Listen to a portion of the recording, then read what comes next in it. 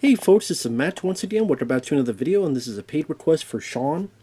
Thank you so much for that. For those interested in requesting any type of videos, movie reviews, re-reviews, random thoughts, streams, commentaries, tier lists, rankings, video game playthroughs, whatever the case may be, feel free to send it either directly to my PayPal. I do have a CashApp as well.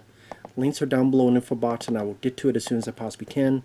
And for those who sent them, thank you. I do appreciate it. So thank you, Shawn, for your patience, your kindness. I do appreciate it. And again, PayPal, Cash App is, well, PayPal is the best way to do it. Do have a Cash App as well. Links are down below, if you wish to. Again, it could be pretty much any type of video. But let's get into it. Wanted me to do a commentary on Maverick, the 1994 film. I'm like, sure. I haven't seen this film in a long time, so I don't remember all the details of it, but I'll do my best. I am paused at the beginning. 3, 2, 1, pressing play. As the Warner Brothers logo starts out, I know it's a bit dark, but it's Texas, it's a bit hot. Waiting for the AC to kick up more, and I don't want the heat of the light blaring on me for 2 hours. It's 2 hours and 6-minute movies. It's a lengthy film. But yeah, Warner Brothers, I don't know what's going to happen with Warner Brothers. First it was going to be Netflix buying them, now supposedly Paramount. It's crazy all the companies that have fallen by the wayside. New Line Cinema is now part of this company. Fox is now with Disney. Go figure. But this is based on a TV show. I never saw the TV show. James Garner was the lead of the show, which of course he's in this. There's his name right there. We find out later that he is Mel Gibson's father in the movie. Richard Donner, rest in peace to him. Miss Richard Donner. The ace there, now I do remember this, the ace, that's actually foreshadowing because that is the card, that's the winning card at the end of the movie. He throws the ace down. I do remember that. And Alfred Molina, there's Alfred Molina. Funny enough, I just watched and reviewed The Sorcerer's Apprentice, which he's the villain in that, face off against Nick Cage, who's the hero in that. Of course, Alfred Molina, he was in Spider-Man 2 as Doc Ock, he was in Raiders of the Lost Ark. Don't be the idol, I give you the whip. So it's funny. I just saw a film of him as a bad guy. Yeah, The Sorcerer's Apprentice, now this. And Mel Gibson is not in good straits. Got a rope around his neck.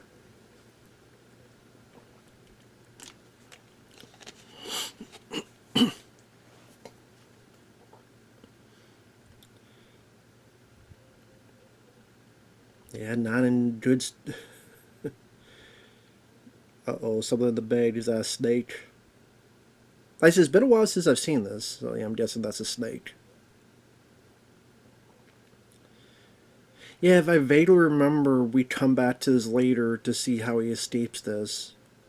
Because we see him here, and then I think he tells how he got to this point. Now, this came out in 1994, and that was a year that had a lot of good movies. I mean, you had The Lion King, you had Speed, you had True Lies. A lot of good stuff that year. And this film, I think, did well enough. I know it's labeled a... trying to calm the horse down, like, don't go yet. Because you're not going to take me with you.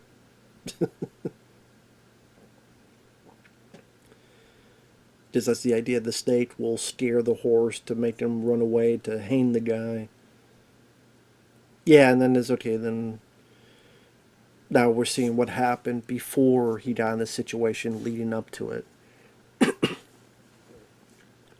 But yeah, I think this film did pretty well. Like, it made over $100 million. Now, it was a costly movie. So I don't know how much profit it made. But I know it was labeled a hit at the time. Because Westerns, I mean, at the time, you're more able to make it. Because Unforgiven had come out years before, and that won a lot of Oscars, did very well for business. Tombstone, that came out, what, 93? That was a good movie. That made a bit of money. But even then, for every Western that did well enough, you had Wyatt Earp with Kevin Costner. That did not do well. You had The Quick and the Dead with Sam Raimi directing, that did not do well.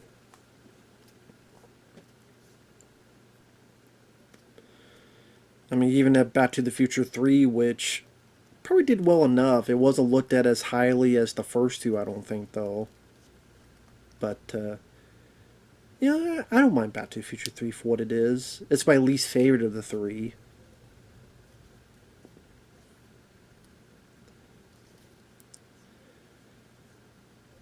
And also, I'm sure this got made because Warner Brothers had a good deal with Mel Gibson and Richard Donner because, hey, make us some Lethal Weapon films. So they did Lethal Weapon 3.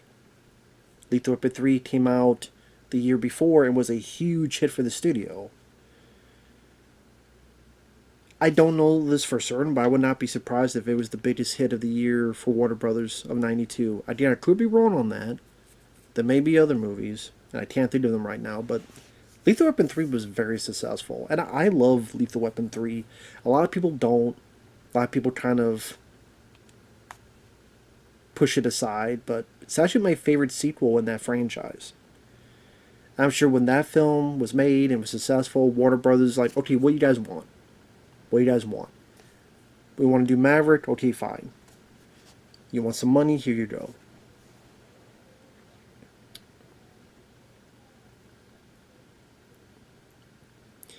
And Mel Gibson would continue with Warner Bros. Because he did Conspiracy Theory in '97 with him and Julia Roberts. I believe that was a Warner Brothers production. And then Lethal Weapon 4 was 1998.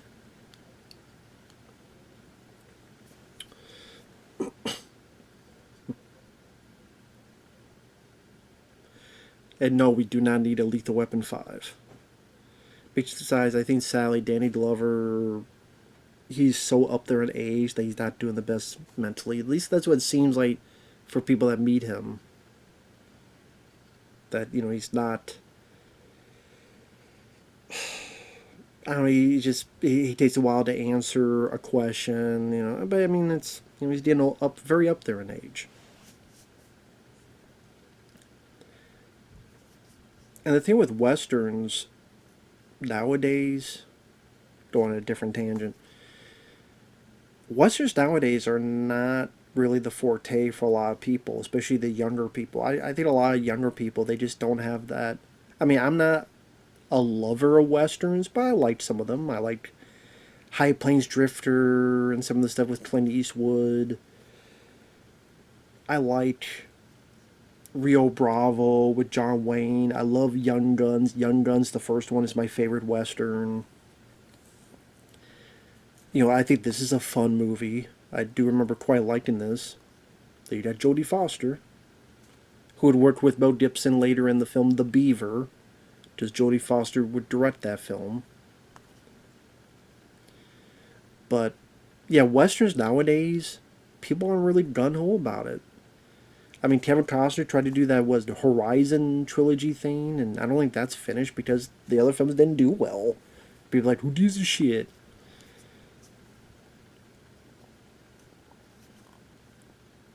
I mean, when you live in an era that's more toned to superhero films and maybe sci-fi, escapism type of stuff, I don't think that audience is really gun-ho about a western. Now, granted, I mean, it has got to be a good movie, hopefully, but I mean, to be fair, there's been some movies that were not good that were hits as well. So among this group here, you got Jodie Foster, of course, who was in Sounds of the Lambs. I think her and Mel Gibson became very friendly because I could be wrong, but I remember hearing that Jodie Foster at first was up for Conspiracy Theory with Mel Gibson, and then eventually became Julia Roberts. I believe that was the case. I could be wrong, but I think, again, Jodie Foster was going to be into Conspiracy Theory with... Which, that would have been cool. I mean, I like Conspiracy Theory for what it is. I thought Julia Roberts did fine, but it would have been interesting to see Jodie Foster in that. A Conspiracy Theory, that was another Richard Donner film, and I think that did okay, but not the best.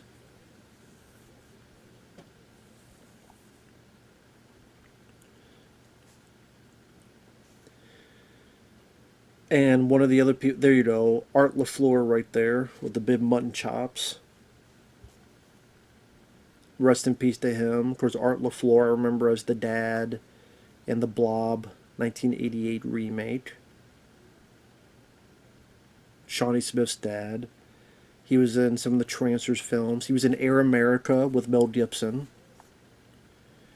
So here now you get the idea of what he's doing. He's telling himself all the tells people do.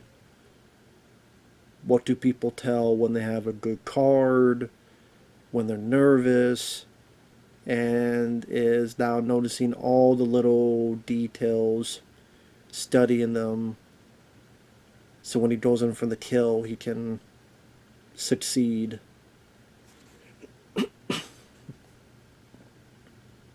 And that's the thing, is that you have to make cards and card playing interesting. And how do you do that? Because it's people in one table. How you make it where, I mean, I mean, hell, there are poker tournaments you can watch nowadays, and a lot of people watch those. Just the high stakes of, will someone lose all their money, win all their money, and etc.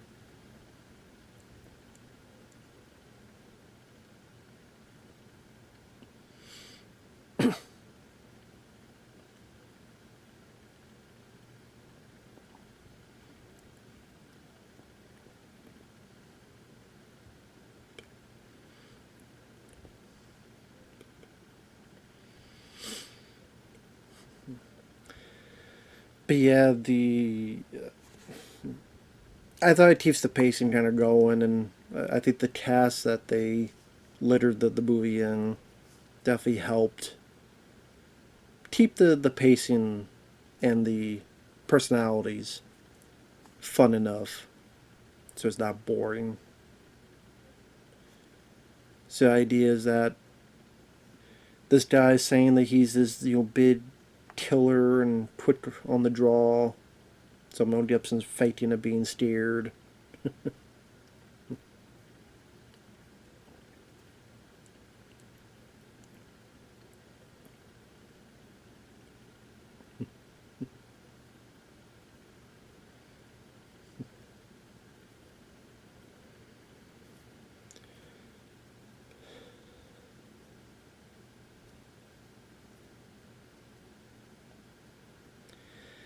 I will say Mel Gibson, he does a good job of having that charm and charisma of a leading man.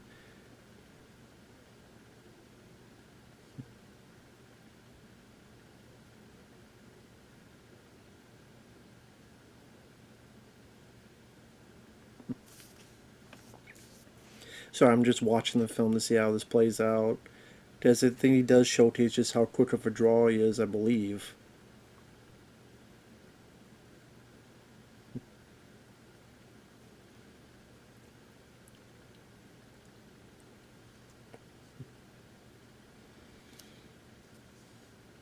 There you go.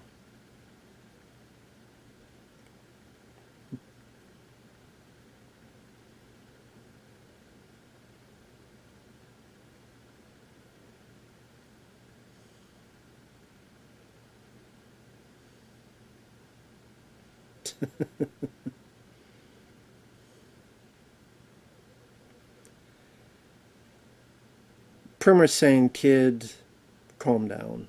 Kid, you don't want to do that because you're not going to win. Like, listen, you want to play cards, let's play cards. But you really don't want to mess with me because I will kill you. But not saying in that certain fashion.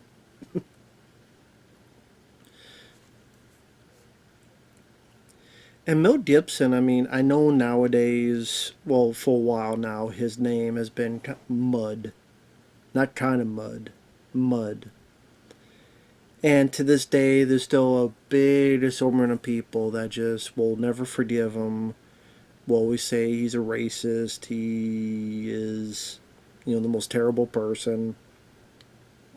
And Sally will never get his career back. He'll never get his career back. He'll never have that film that goes wide in the theaters and get that, second wind.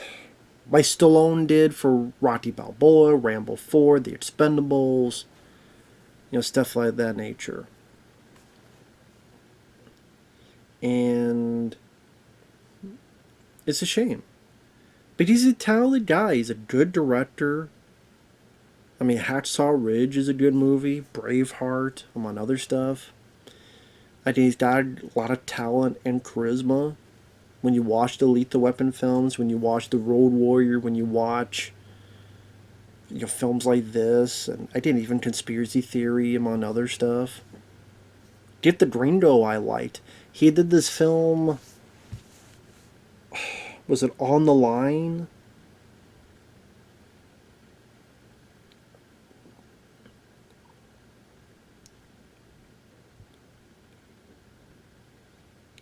Forget what it was called. Yeah, On the Line, where he played this radio host. I thought he was pretty good with that. I thought that was a really decent film. But Sally's just gonna be stuck in this direct to video. I keep saying direct to video. This market where Desperation Row with Garrett Hedlund, Bandit with Josh Duhamel and Elijah Cuthbert, Confidential Informant. He's just going to be doing those kind of films, I think. I know he's doing his sequel to The Passion of the Christ. But yeah, other than that, I mean, I still think to this day he should have been in Fury Road. Mad Max Fury Road should have been Mel Gibson. Should have been an older Mel Gibson. One last ride, one last go with Mel Gibson as Max. And I think that if Mel Gibson starred instead of Tom Hardy, I would like that film a lot more. A lot more. The fact he wasn't, I think that's a fucking shame. I really do. He on his own beat the shit out of those people, man.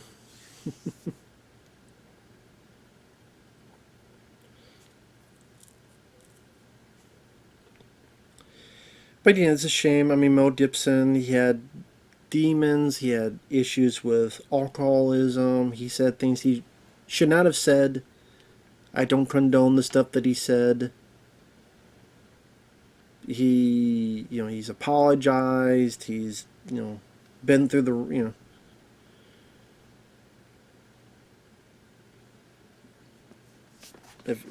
kind of kicked out of Hollywood for a while.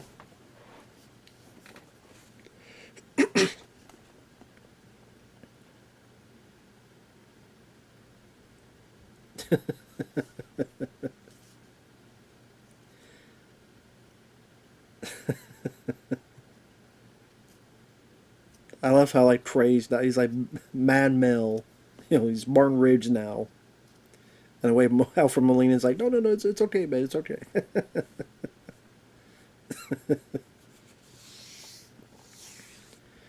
So now Alfred Molina is like trying to calm him down, and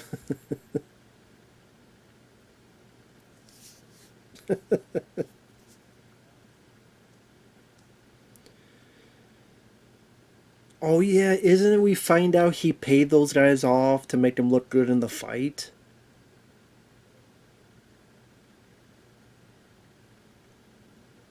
I think it is because that's why now everyone's treating him very differently.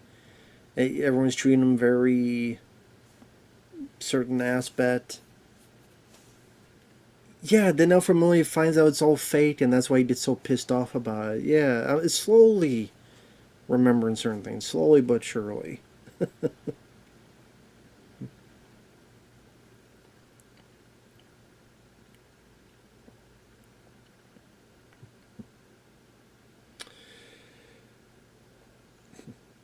But yeah, Mel Gibson, I am a fan of him. I don't condone the stuff he said. That was many, many, many years ago. He's apologized. It's like, well, what more could he do? That's kind of the question. What more could he do? What more could he do? What more could he? I don't know. I don't know how to put it. I mean, there's nothing much else he could do. It's like, well, you know, I didn't. I apologize. I did this and that.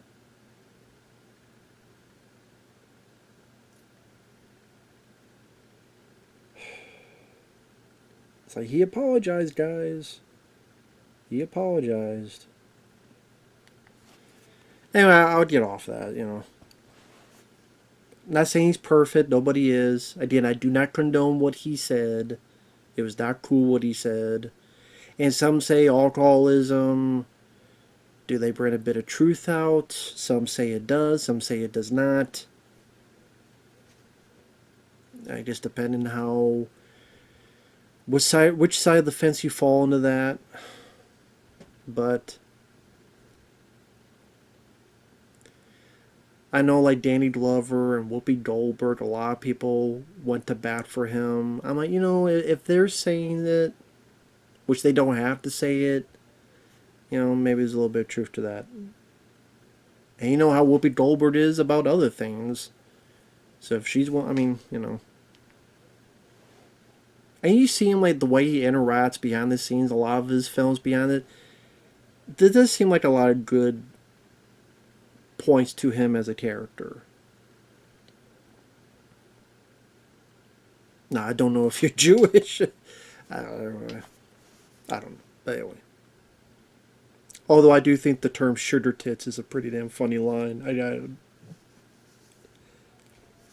That's a line I've used. Well, I haven't used, but I've thought of using for many years. Sugar tits. It's a great line, I gotta admit.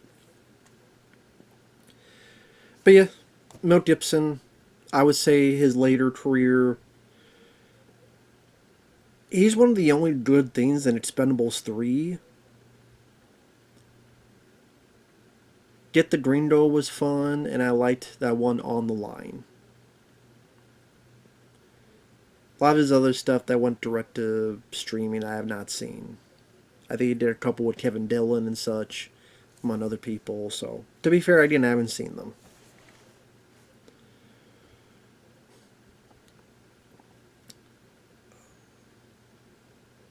Richard Donner, who directed this, rest in peace to him. Always liked him as a director. Thought he had a really solid career. I love the first Superman movie. The Goonies, of course, is a classic. Lethal Weapon, I would say, is my favorite Donner film. But I like 4, I used to not like, but there's been so many terrible sequels that have come to fruition throughout the years, time and time again. The Lethal Weapon 4 just looks a lot better compared to a lot of them.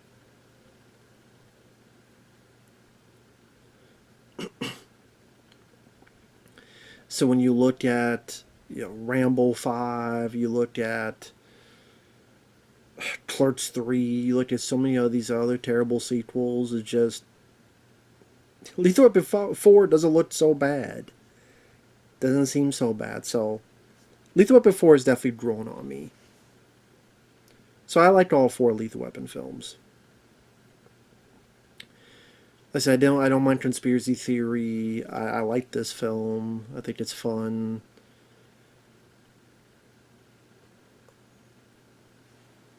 I can't remember what the hell else he did. The Toy. I like The Toy. I know I'm not supposed to like The Toy apparently, but I liked it with Richard Pryor, Scott Schwartz, Jackie Gleason. I'd never been much for The Omen. I'm not really big on that franchise. I don't really love any of them. I guess if there's one I could tolerate more is the second one, but yeah, I don't really love that franchise. Assassins I did not mind. Thought that was okay. 16 Blocks with Bruce Willis I remember not minding. Okay, here. Yeah, Superman, The Toy. I don't like Lady Hawk at all. Love The Goonies, Lethal Weapon. Scrooged, one of my favorite Christmas films. Radio Flyer, I don't think I ever saw. Lethal Weapon 3 I like. Lethal Weapon 2 I don't mind. Conspiracy Theory, Assassins, don't mind them. Lethal Weapon 4. Timeline I'm not a fan of. I would say of these films, Lady Hawk and Timeline are my two least favorite. 16 Blocks I don't mind. With Mel Gibson. Mel Gibson, what the fuck? Mel Gibson. Bruce Willis, Jesus Christ. Most Def was annoying though. I don't know why he had this fucking accent on there. That was the worst part of it, but the rest of 16 Blocks I like. Now this guy who... Mel Gibson... I remember this. Everyone just keeps coming in and in and in. More... Oh no, this is a different... Okay, this is a different scene. Okay. There's a scene later on. Is it this movie? I swear there's a scene when they try to rob and then more and more and more people keep coming in. There might be a different movie. I mean, well, if it comes up, it comes up. But here's Jeffrey Lewis. Rest in peace to him. I remember him for a couple of things. Double Impact. He was the guy raising one of the Van Dams. Was it Chad? This is Chad and Alex. Here's the one that's more of the bikini, black silk underwear. The black silk underwear one.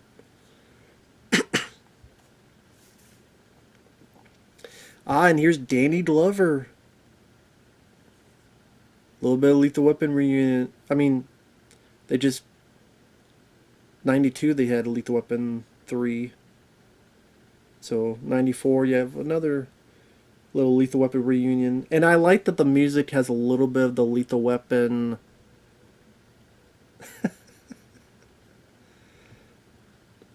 Mel Gibson did bad. You lied to me. You said you didn't have the money. Well, I don't now. He's got it.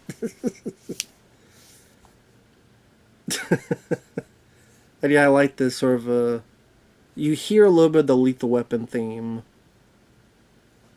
So that was kind of cool. But always great to see Danny Glover, Predator 2, Lethal Weapon films, etc. And there's Corey Feldman. Real briefly back there. Corey Feldman, who of course worked with Richard Donner on The Goonies. Thankfully, he's in it very briefly because I am not a Corey Feldman fan. I've said that multiple times. Then I think this is one of the ones he brought up, like, oh, I have 18 number one hits. What, Maverick? That's all you're in. You're on the far left screen. If you blink, you miss it. You have like 1 or 2 lines of dialogue. But I was in a number one hit. But yeah, Jeffrey Lewis, I was talking about before we leave. He was in Double Impact with Jean-Claude Van Damme, who was one of the brothers, the Chad Van Damme. And then he was in Every Which Way But Loose and Any Which Way You Can with Clint Eastwood.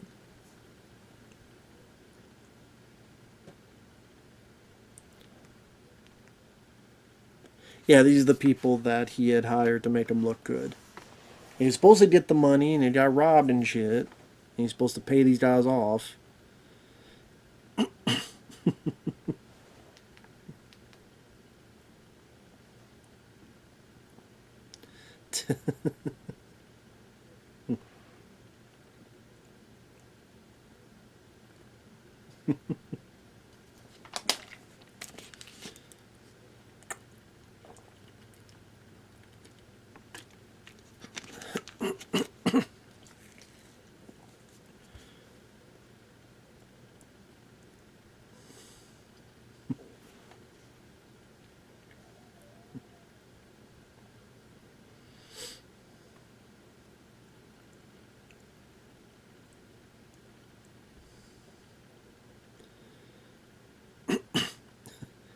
This is security money.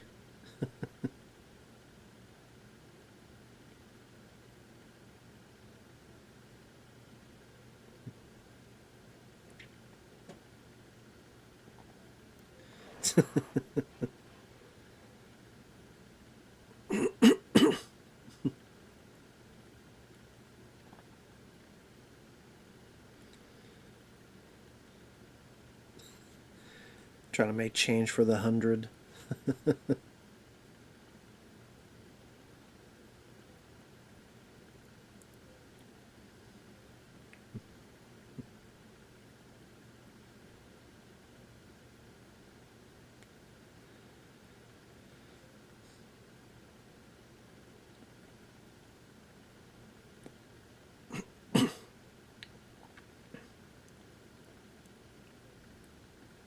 Sorry if there's silent moments, because I'm just get lost in watching the film.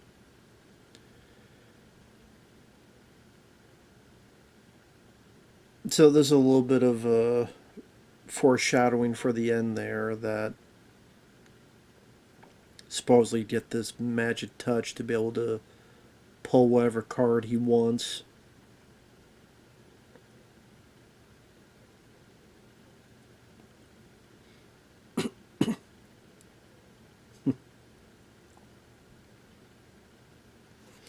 Which apparently I did not know this until reading up on it. There was a scene deleted where Linda Hunt, who was with Mel Gibson in The Year of Living Dangerously.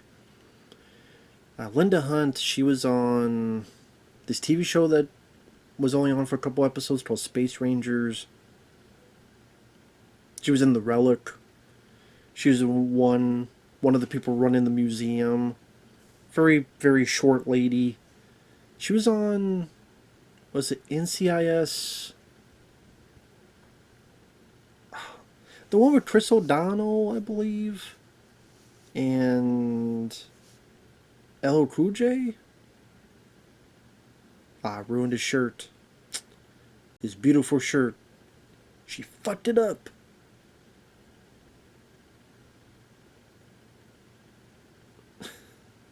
I just know that tacos with 2 C's. That stands at tacos with 2 C's. Tacos.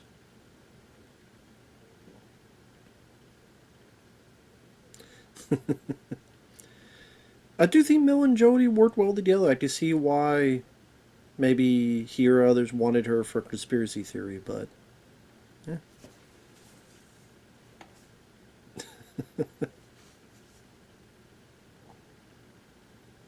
I didn't. You definitely tell. Like, you looked at the backdrop of that town when they're on the boat, and you see kind of the backdrop there. This stuff was definitely built for the movie, and like, look at that backdrop there. To really make you feel like you're back in the Wild West. Definitely some nice production design and sets that were built. And of course, you have James Garner, who was in the original Maverick TV show. I never saw much of his show, The Rockford Files. I would like to one day. There's so many TV shows, so little time. Like, I love to sit down and watch Magnum PI. I love to sit down and watch like the Rockford Files and other such. Because I like James Garner as an actor. I liked him in My Fellow Americans, which was meant to be Jack Lemmon and Walter Matthau, but Matthau had health problems, so then it became Jack Lemmon and James Garner. But I thought James Garner did a good job. I thought My Fellow Americans was a fun little movie, little comedy.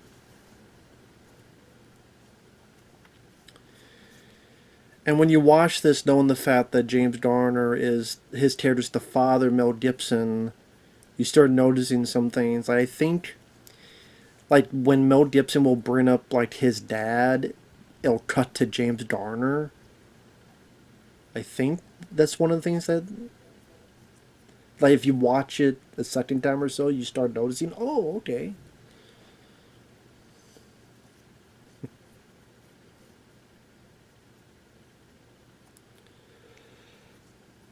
But yeah, anytime I've seen James Garner, I always thought he did a good job on stuff.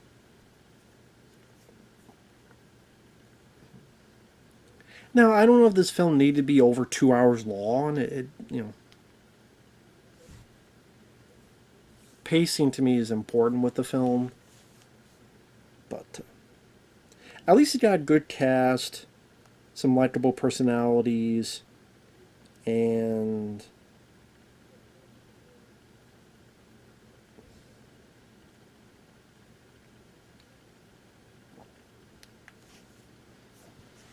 makes the journey at least enjoyable enough to watch. Yeah, Mel Gibson's really good in this. It's definitely for the charming lead. I mean, he fits the job very well. I can't help it. I miss seeing Mel Gibson star in these, you know, big budgeted movies. Because he does have that great star quality. He's got the humor. He could do the action. He could do the comedy. Do all that very well. So it's a shame. I mean, he did it to himself, but what can you do?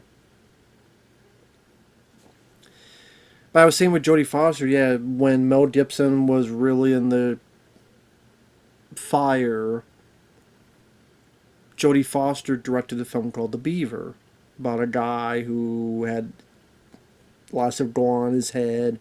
So he had this little puppet of a beaver that he would use to talk and talk through.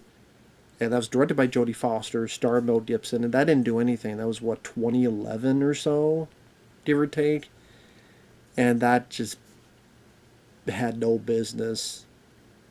No film, not much for movie, money being made.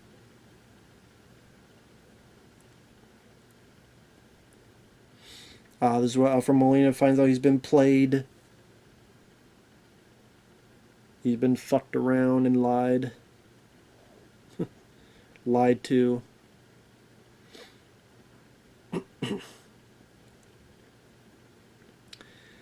He's been found out he's been made a fool out of.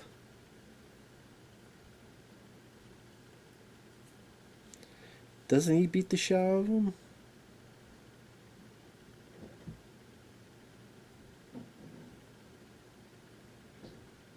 Yep, he does. I was wondering, like, I vaguely remembering that. Like, I'll show you how to beat the shit out of you. I don't do it for real, though. I ain't gonna be acting at this point.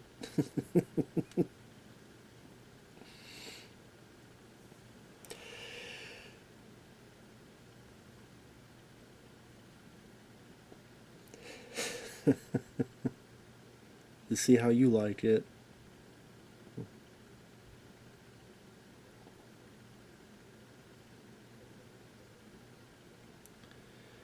And this guy's like, hey, I'm just here eating. That's your own business.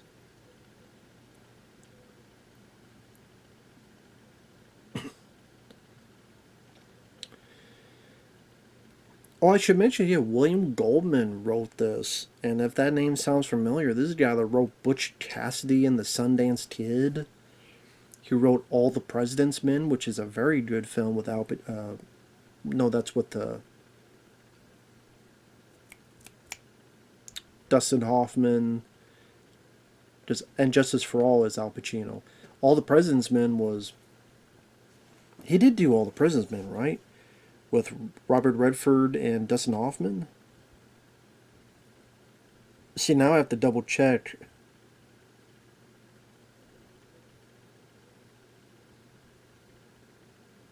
Sadly, he passed away in 2018.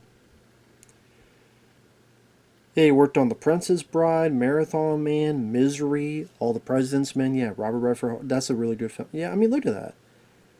Princess Bride is good. Misery is a classic. Butch Cassidy and Sundance Kid, I just saw that for the first time a year or so ago. Didn't mind it. All the President's Men, I still think is a damn good film. Apparently he had a hand in Dreamcatcher, but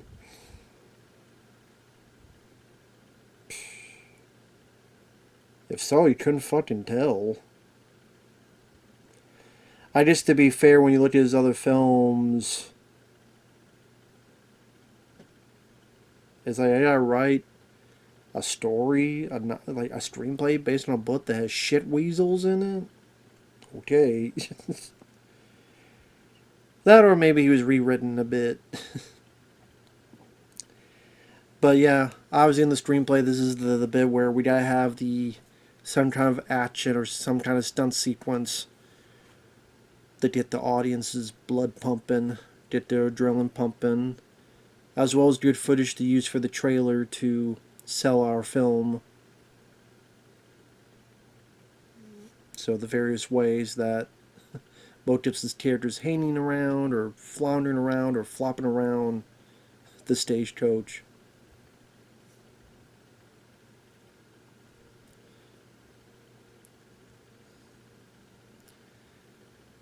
And it seems like a lot of directors, they at least want to do one Western.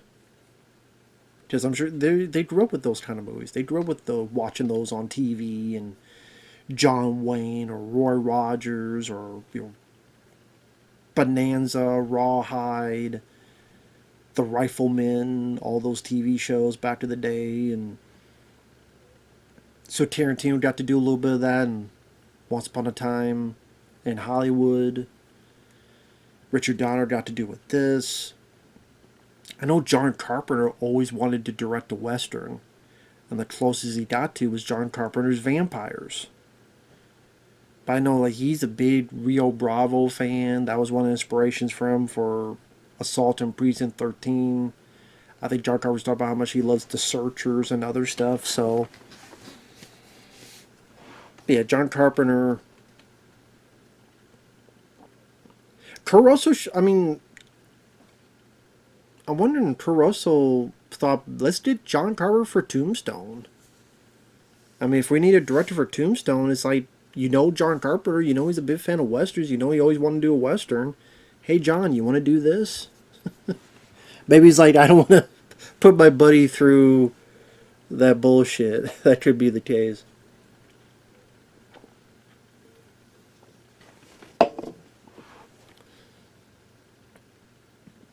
Because on a side note, Tombstone, it was one director, and then, like, the studio or someone didn't like the dailies, thought he wasn't gonna. It was like, he had written films, but it was his first time directing it, and he got fired. And then a lot of people say Kurt Russell really directed that film, but they needed someone, a name, so they had George P. Cosmatos, because, hey, the guy did Rambo 2 and Leviathan, Cobra. But people said no one had good words about George P. Cosmatos. In fact, the only time I've ever heard someone say something good about him was Peter Weller, who worked with him on Of Unknown Origin and Leviathan.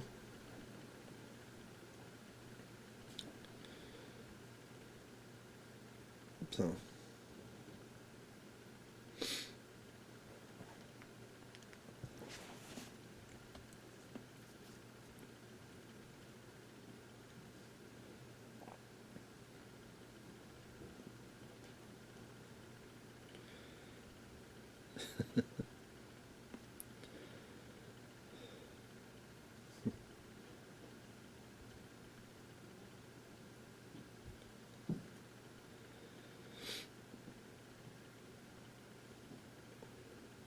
So maybe when you're watching this in retrospect, it's Mel Gibson wanting to prove that he could do it on his own because he doesn't want to look bad in front of his dad.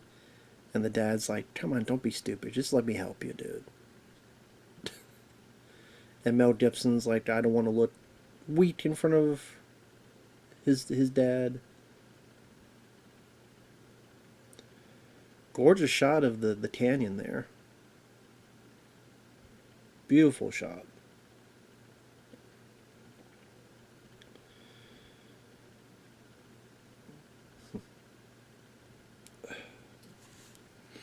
Yeah, but yeah, I mean,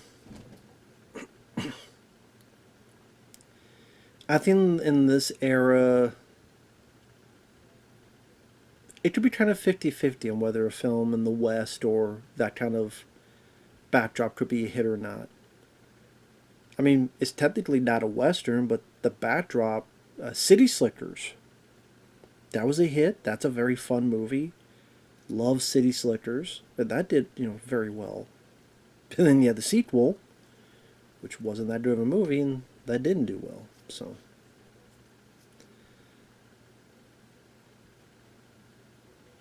don't let Maverick reach the game.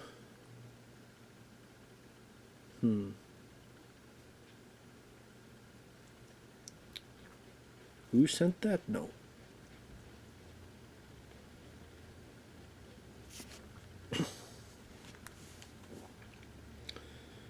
Who sent that shit?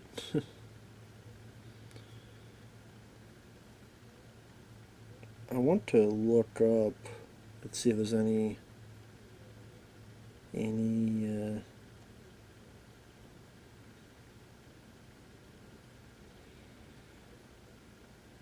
trivia.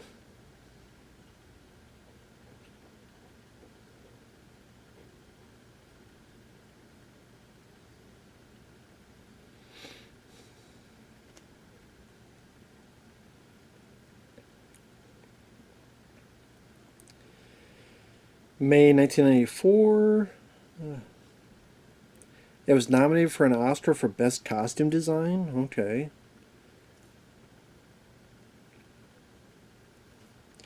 William Goldman describes an earlier version of the script in which Maverick explains he has a. Oh, that's what I was going to say with the Linda Hunt. I forgot. I brought her up and then I wandered. When Mel Gibson was looking at the cards and trying to pull up like a card, and he got pissed. Sorry, I had to get something done real quick, but 47 minutes and 15 seconds in. 3, 2, 1, unpause. Now.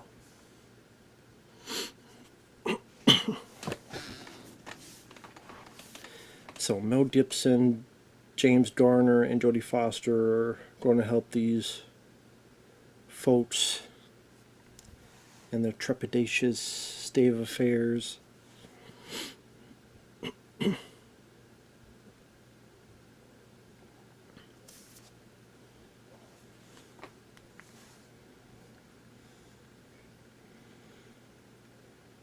So as I was saying before, oh yeah, the Linda Hunt thing. So I was talking about Linda Hunt, and she was going to be in this film, but she was cut out. She was in The Year of Living Dangerously with Mel Gibson, and she's been other stuff. Well, apparently she was supposed to play like some magician, and a magician that kind of would teach or had taught Mel Gibson a thing or two about how that all worked. And then at the end of the day, well, they thought that wasn't needed, that was all cut out.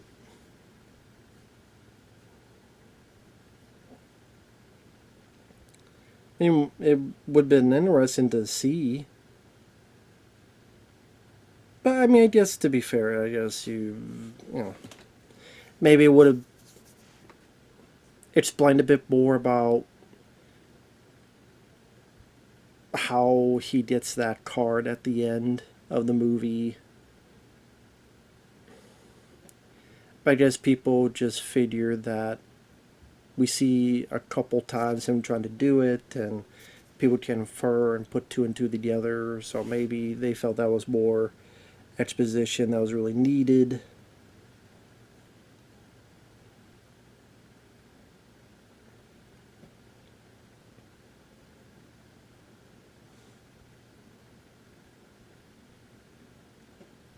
Which is just, I mean, maybe they had a point on that.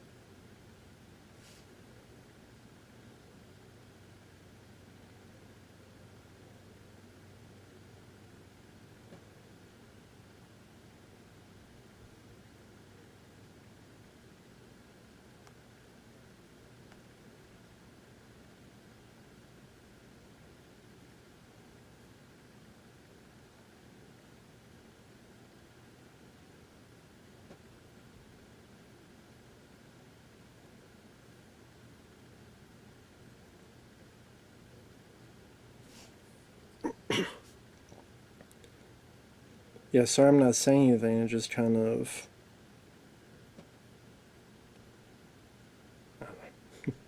Sometimes I just run out of shit to say. I don't know what to tell you.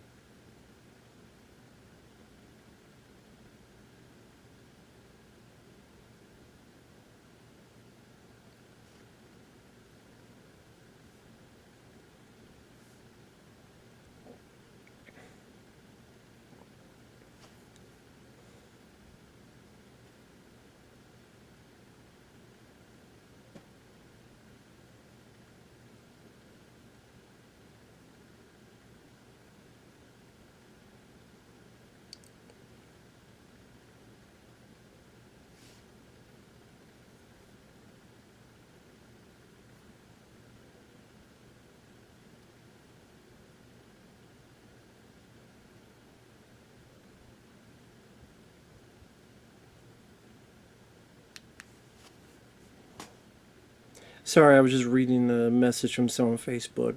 Kind of an important message, so we're just texting back to them. Apologies. Should have stopped it, but the video, but I already stopped it once, so I didn't want to screw up the running time for those who are following along.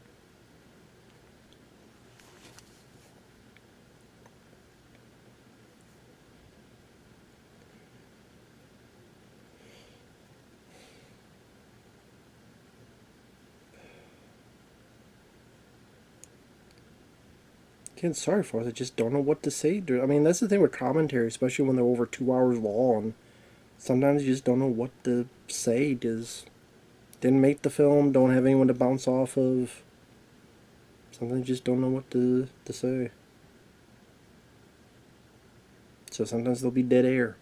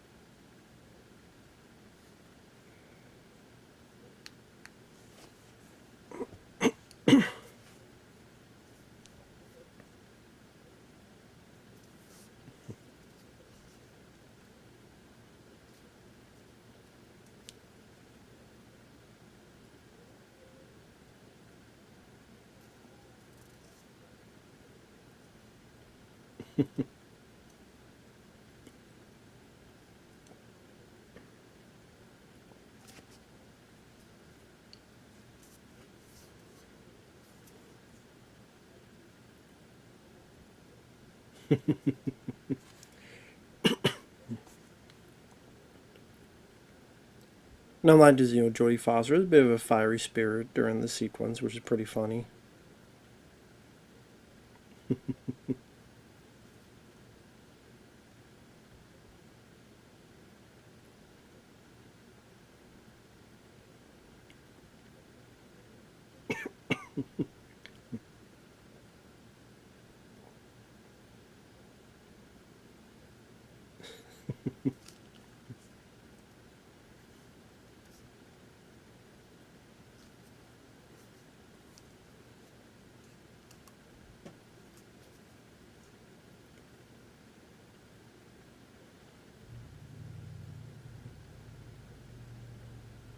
Yeah, this is one of those parts I don't remember, so that's why I'm so silent about it.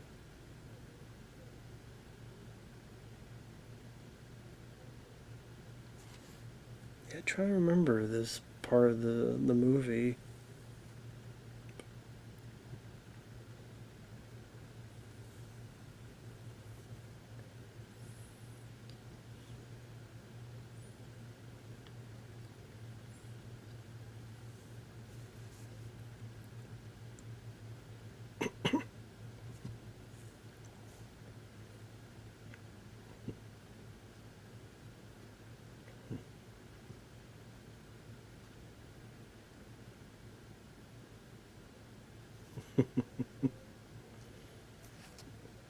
Yeah, you're totally surrounded.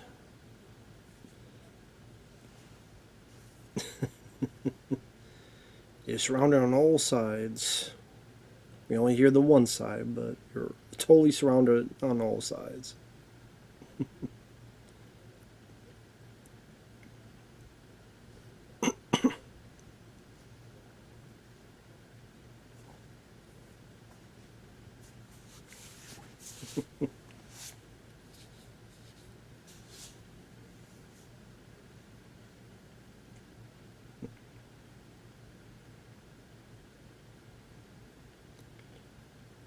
I mean, they seem so drunken out of it. It seems like you just go up and knock each one out and without too much hassle and move along your day.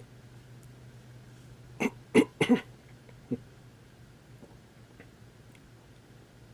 mean, most of them are just struggling to to get up. Up there you go.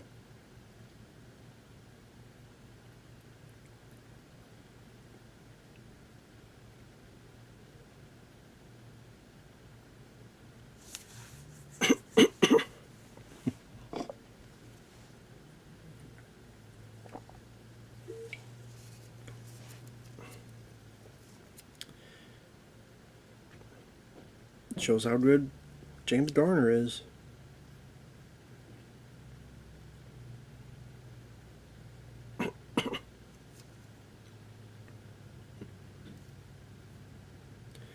So they're also definitely showcasing that Mel Gibson's character isn't really a guy that's wanting to kill. Now maybe that was for the rating as well. Maybe they felt that this is supposed to be more of a comedy. That if he's just kills everybody like the Clint Eastwood western, like it was a High Plains Drifter or a Fistful of Dollars, that maybe that would affect the tone of the movie. But if it's, I'm going to knock this guy down with a rock, or I'm going to hit this guy in the hand, or I'm going to hit this guy in his gun, and that will keep within the tone of the movie.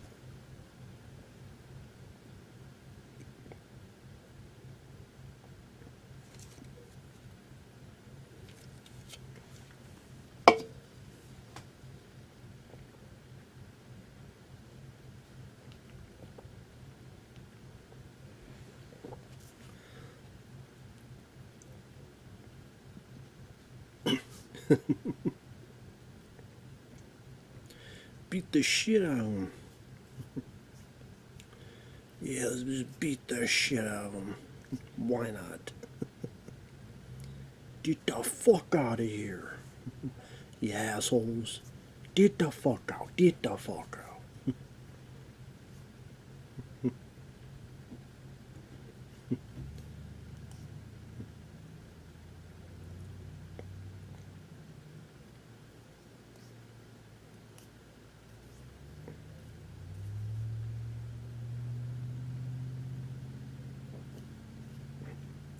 Yeah, don't be playing with guns, kids.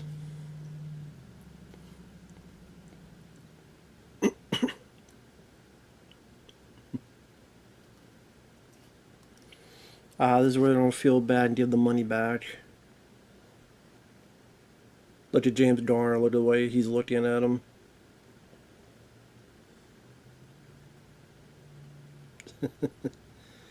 Yeah, you see the way James Garner's looking at him. You see other people look at him.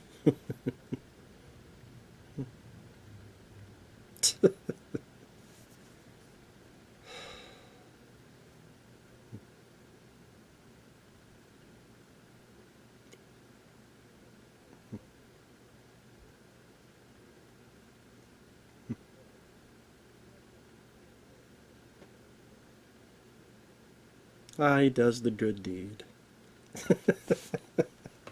I do like Jodie Foster being pissed. At least someone's pissed about it.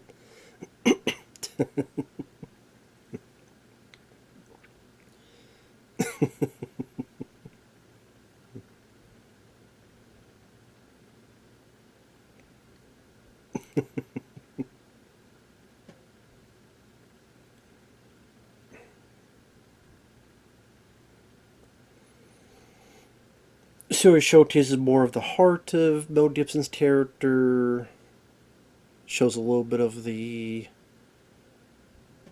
good gunplay that Mel and James Garner's characters have, among other stuff. The wipes her back on her shoulder. So now you have the Native Americans. You had Graham Greene.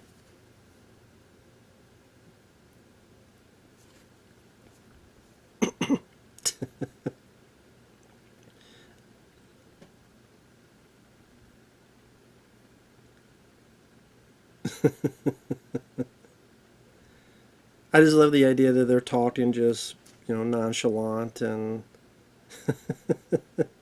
it's just go with me, man. Just.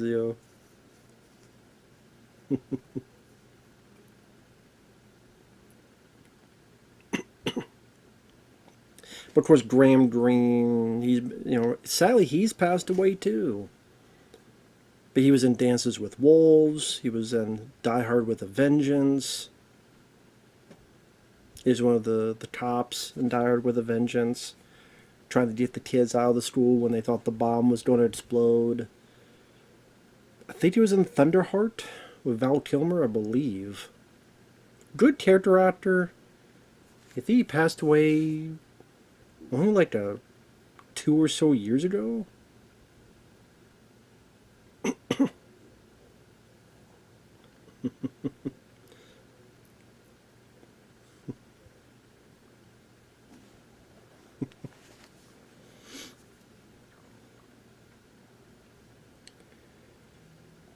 I'm sure for him, this is like I get to have fun after Dances with Wolves. This is a bit of like taking the piss out of what I was doing in Dances with Wolves.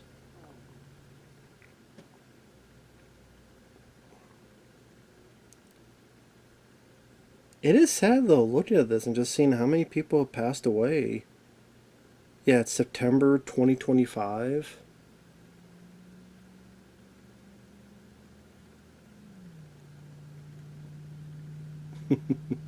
But I do wonder, is she available?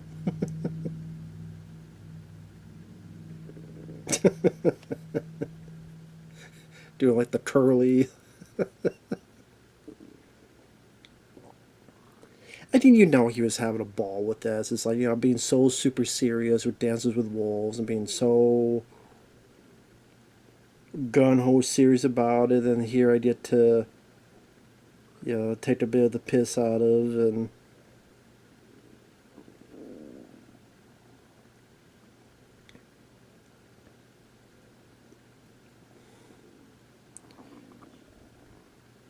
and he was nominated for an Oscar for. I didn't know he was nominated for an Oscar for Dances with Wolves, Best Supporting Actor. He didn't win, but he was nominated. But yeah, he was in Thunderheart. Yeah, this one, Die with a Vengeance, Detective Joe Lambert, The Green Mile, Snow Dogs. Let's see. Damn, he was in one of the Twilight movies. New Moon. Wind River, that's a good one with Jeremy Renner and Elizabeth Olsen. Very good film, Wind River. Damn, a lot of these other films I never heard of. So, Phil the Alien, Duct Tape Forever, Christmas in the Clouds, Misery Harbor, Astronaut. Wow, what a original title. One of the last ones he was in was Icefall with Joe Kinnaman. I've never heard of this film, Icefall.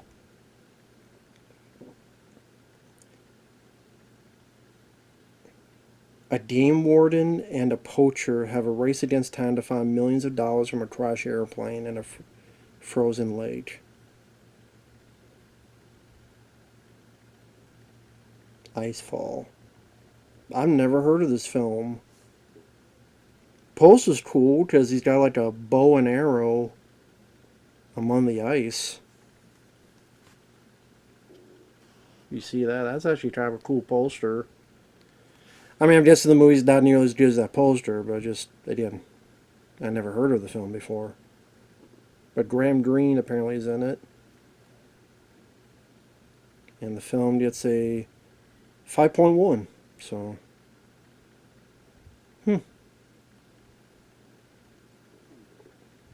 I said, never heard of that before. I'll have to give that a watch someday.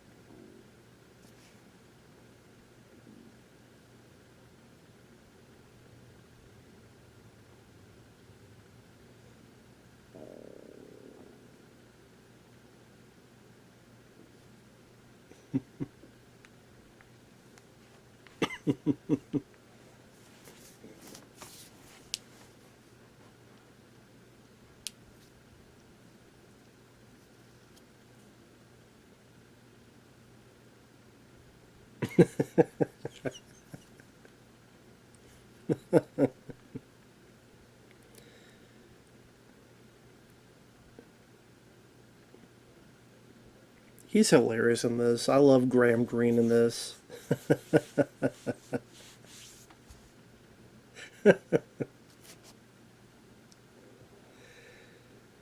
This is one of my favorite scenes in the movie. I love the back and forth between Mel and Graham Greene. Again, you tell he just loved the fact to take the piss out of what he did in Dancing with the Wolves. And, just, oh, I gotta do the hi, how are you, and all this other stuff. And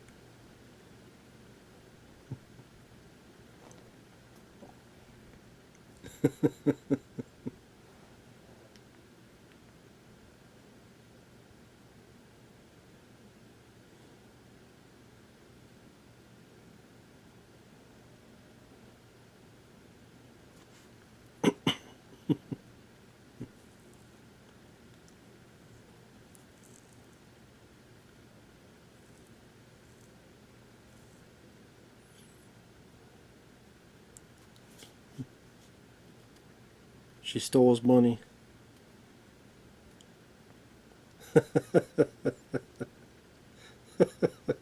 Hey, how's it going? What are you doing? And Mel's just reacts like, go kill her, go kill her. She stole my money. She stole my money. I don't remember if she or James Garner who stole the money.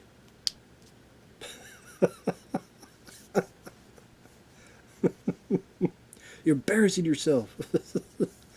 Oh, he took the money. I forgot about that. Here, I got the money. I was just wanted to see your reaction.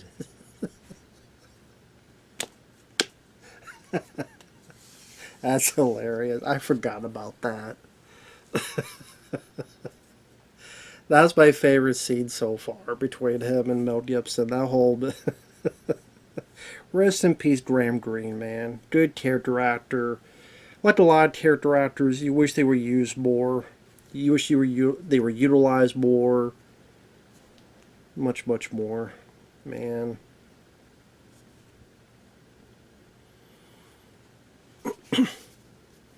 Oh yeah, and they have to pretend to be the savages with this guy.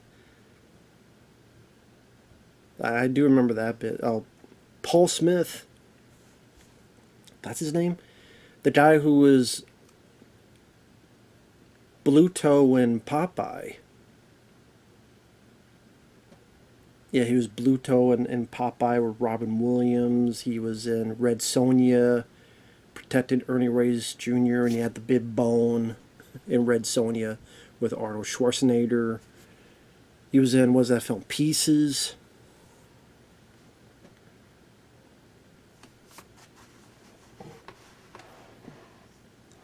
Is it Paul L. Smith?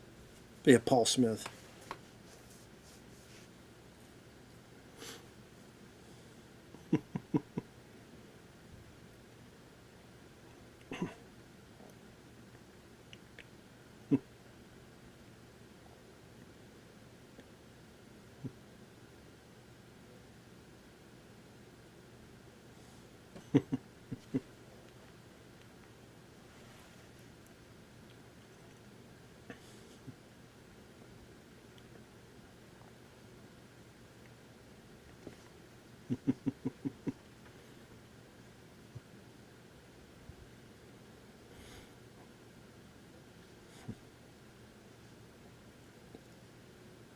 Like Derek Graham's reaction and his.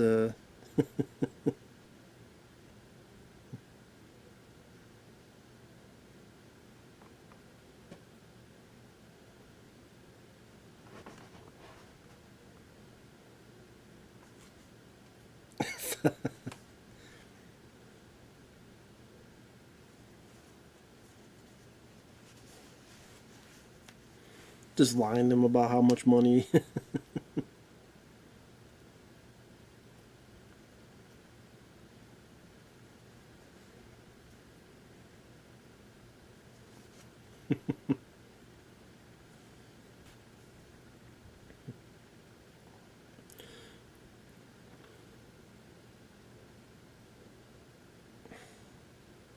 So yeah, so the idea, this whole scam thing. Use a bow and arrow. See, it's very good. I know. I'm just the scene plays up for itself.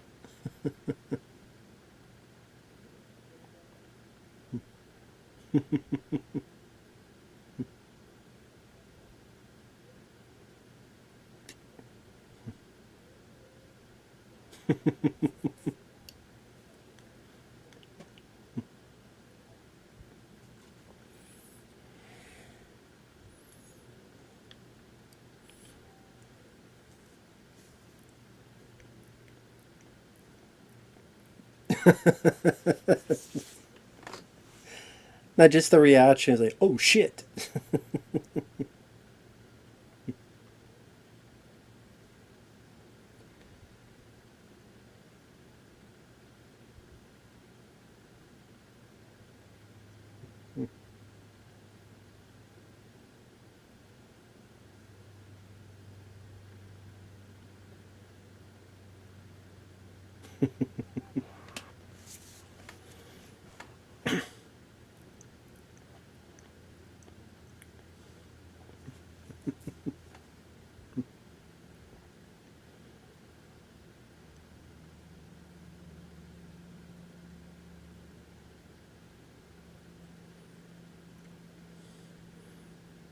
Oh yeah, it hurts your finger, right? Yeah, it hurts his finger, and he screwed up the bow. That way, when the guy tried to shoot, he couldn't do it and be off kilter. Here you go. Here's your money.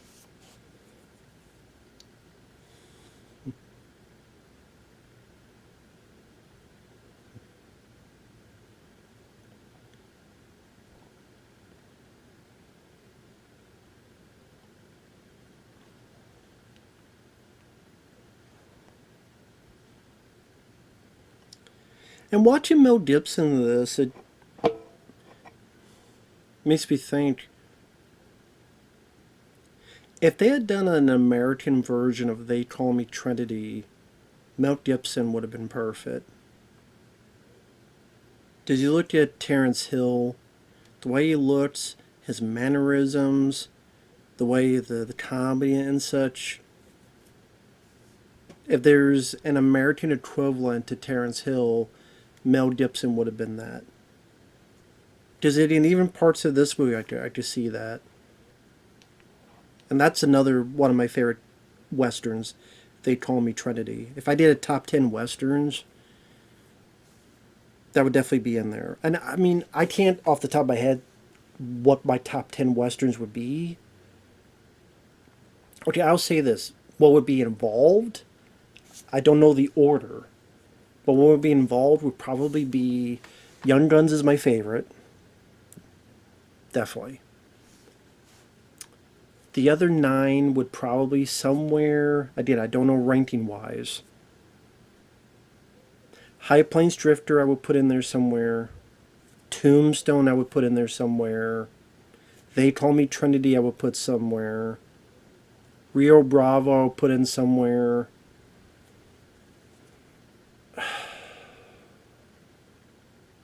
And when I say westerns, I'm talking about the Old West, not modern westerns, some would say.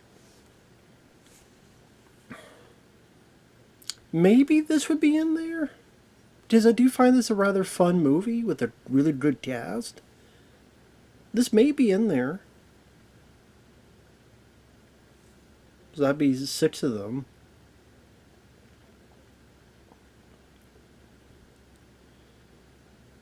For a few dollars more, because I want something from the Man with No Name trilogy in there.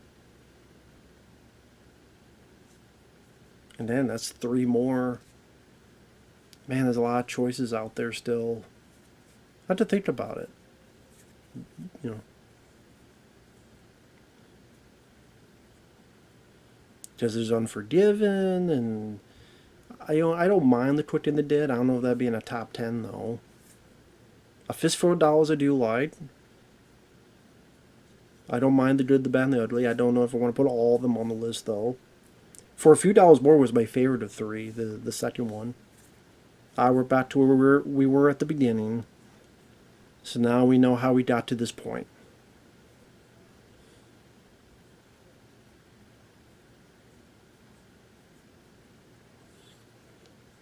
But yeah, I would probably put this in my top 10 westerns.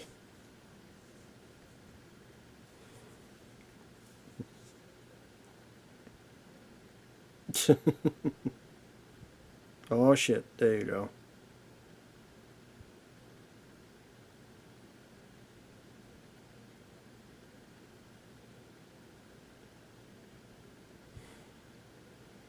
How lucky do you have to be to have a piece of wood that was that rotten to fall off for you to escape? Talk about luck.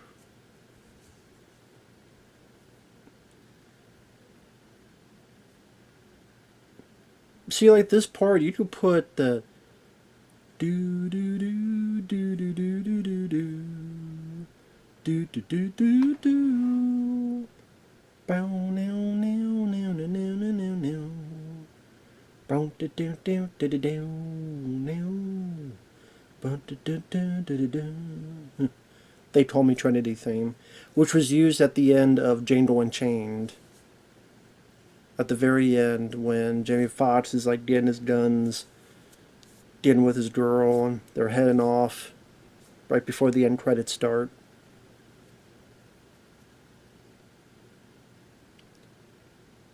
Django Unchained I would not put in my top 10. I do like parts of that film, but I do think that film is way too fucking long. I do. That film is just way too long for its own good. And there are good portions I like. There are, but it's just way too damn long, man. Did not need to be that long of a movie.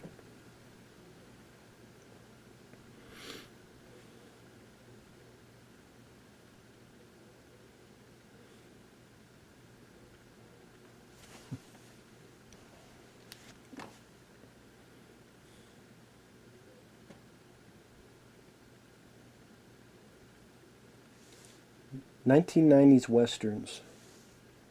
Just curiously, what other ones am I missing? Again, I don't mean like modern ones. I'm like Thunderheart. I mean, Like it's listing El Mariachi. Oh, Quigley Down Under. Okay, yeah, that's definitely in my top 10. I do quite like Quigley Down Under. How could I forget that movie? Just been a while since I've seen it. But yeah, Quigley Down Under would definitely be in my top 10. Last Man Standing I don't consider a Western. That's Prohibition 30. Yeah. Wild Bill was not a fan of. Well, Jeff Bridges, Walter, like that was very disappointing. I don't think that was good at all.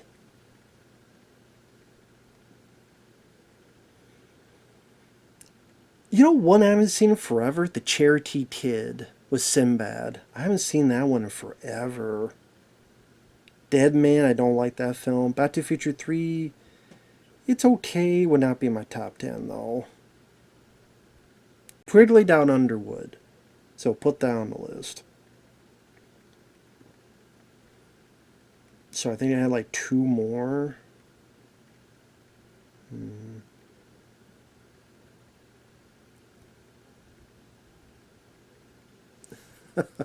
Another scam of says he knows what this guy did. It's like, listen, I know what you did. You know, a payoff.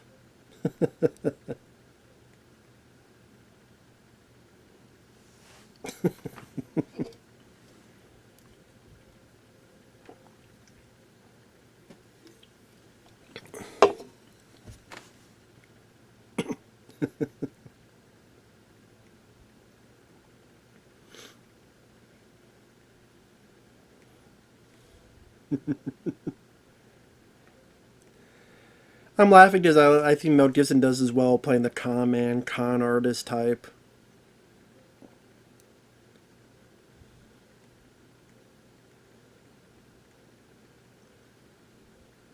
You know what? If you did the film in the '80s to early '90s, Mel Gibson actually would have made a good Star Lord.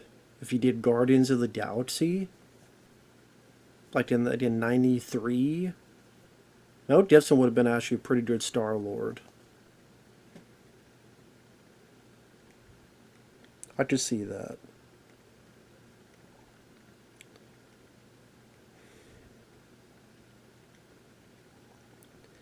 So just looking through. Hmm.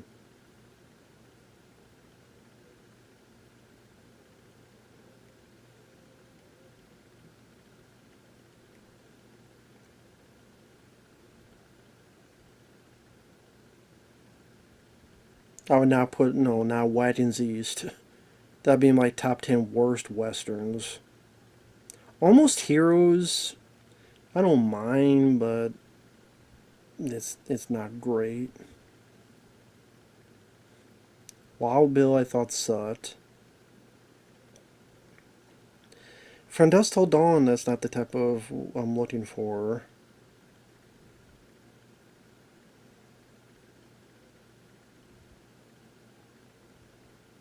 I don't know. The Newton Boys, nah, wasn't big on that.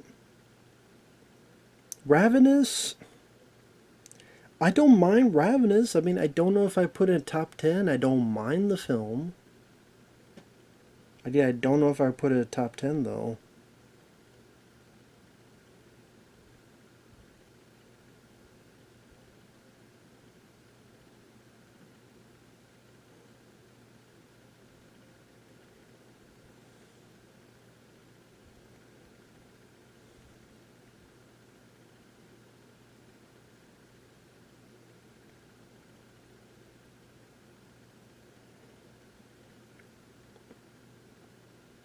I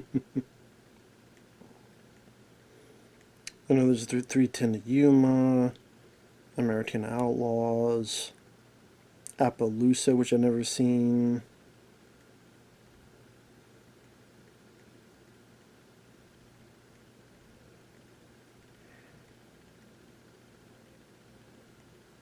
High Noon.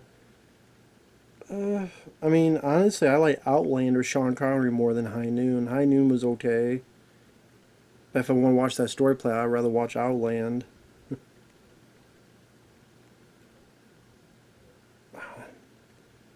Wind River, again, that's more modern. Anyway, I'm been on this too long. James Coburn, Sally, another guy we lost, who's in another Mel Gibson film after this called Payback. That's one I didn't mention, but I like Payback. Now, there's two versions of the film. I like the theatrical version more. There's a, I don't even call it director's cut. There's a different cut that's more of a darker cut.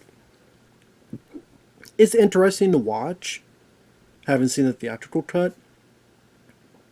The little differences here and there. But I'm just saying that theatrical cut of Payback I liked a lot more. And yet Chris Christopherson in the film, James Coburn. That's just mean, man. That's just mean. So, always great to see James Coburn. Just really good cast in this. Very solid cast in this movie. I know the big part of this third act is the poker game.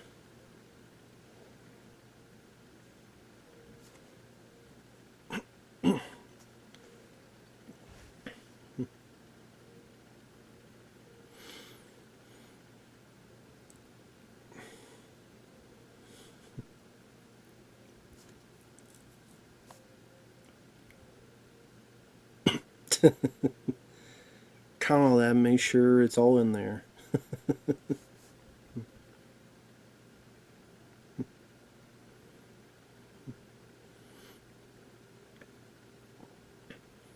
Isn't it the big deal at the end is that they steal all that money? Can't remember. But isn't I'm trying to remember, God, we don't have your money.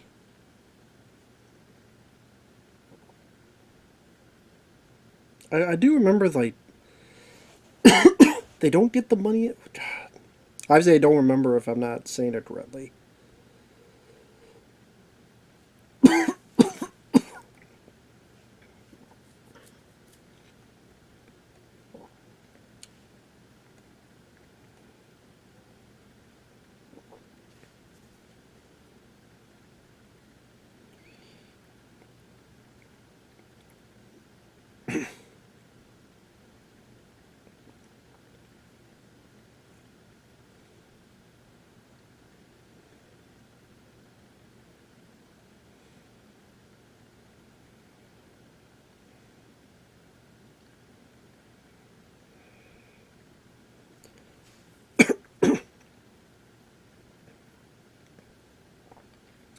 Okay, so James Coburn and James Garner, there was a big plan for them to steal the money. Mel Gibson finds it, and then you find out later that Mel Gibson and James Garner are father and son. Then Jodie Foster comes in to take the money, but then James Garner tossed the bell, and Mel said, hid half of it in my boots. So they have $250,000. They tell how much fun it's going to be to get the other $250,000.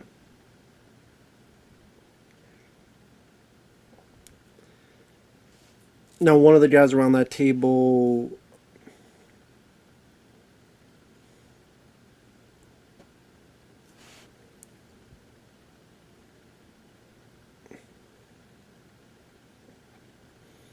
a lot of these people, like, familiar faces. I can't remember their names, though. Can I remember their names?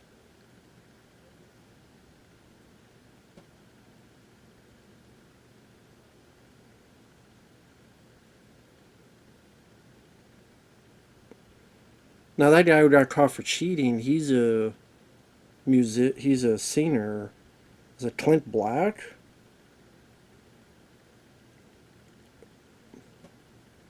I want to say it's Clint Black. God, I wish I could remember all these names.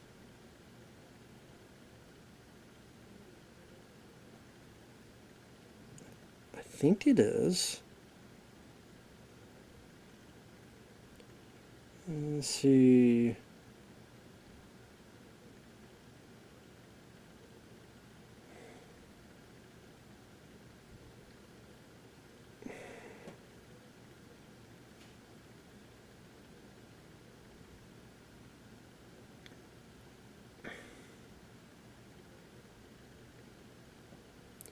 This guy here, the old guy, I think his name is Denver Pyle. Yeah, because he was Jesse Duke in the Dukes of Hazzard. I wanted to make sure if that's who he was, but yes, Uncle Jesse.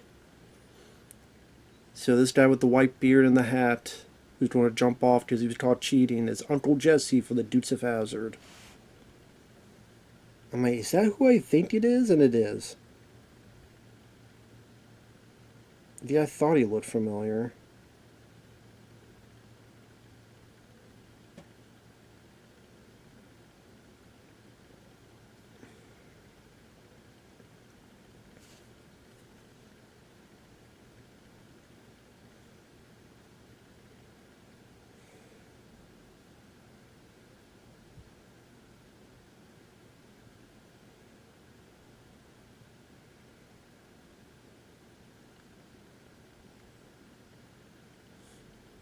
Now this guy who threw his cars, I know I've seen him before too.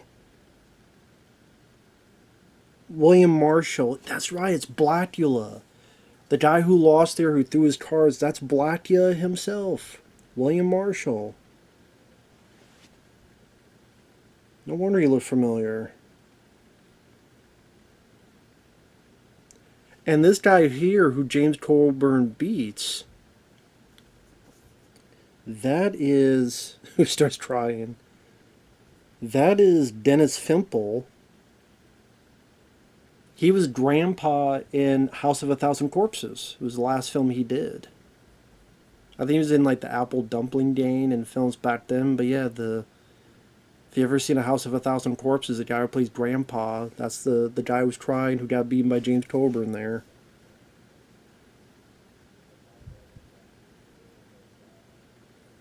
I didn't mention, but I like the music that was used during the kind of montage. It definitely gets your spirits going and energy thumping with the music they were using during that car play montage.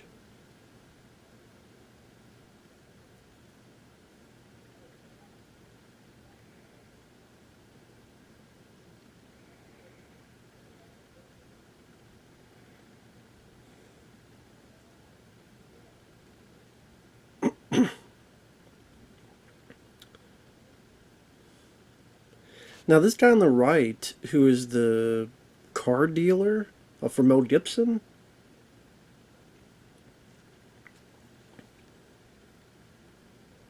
oh no, no, never mind.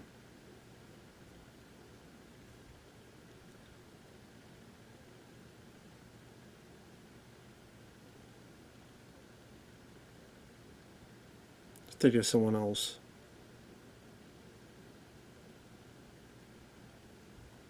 And he just knows that he lost, so he's like, nah, I don't need to put my hand down. I mean, I don't have to show you the cars. I already know I lost.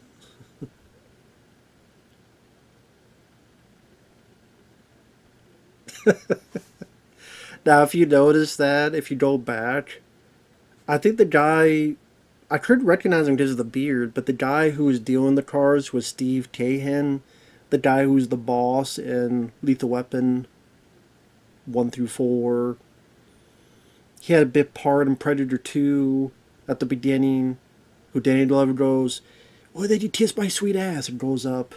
He's telling me, "You can't go up in the building." But he's the captain in Lethal Weapon films. You saw that his chair was stuck? His chair was stuck for a bit. He had to shuffle it off. If you watch Mel Gibson, he's like, you tell he's like ready to bust a gut laughing. Because he like, sees like he's stuck to the chair. And then Mel Gibson, like he's trying to stifle a laugh. So I thought that's kind of funny they kept that in. cameos cut for the film: Linda Hunt as a magician, Alice Cooper as a town drunk, and Clint Walker from Cheyenne, the TV show, among others. He was cut as a sheriff. Oh, Margot Kidder was one of the missionaries? I didn't realize it. Fuck, I didn't realize she was one of the missionaries.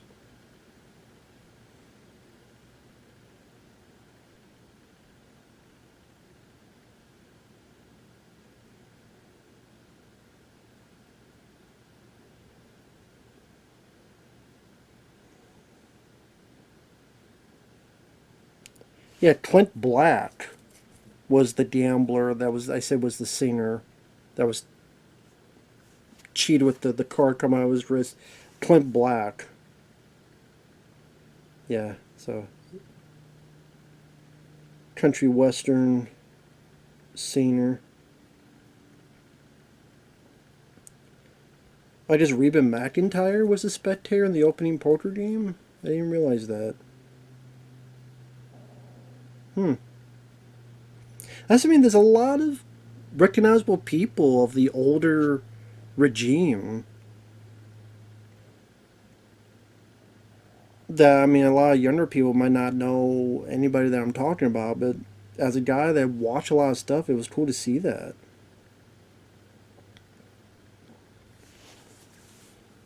So I guess originally the idea was that, I guess it was going to be Paul Newman to play the James Garner role, but Paul Newman said no, and so they got. I think James Garner actually worked, plus it fit because he was on the TV show. So I actually think it worked out better.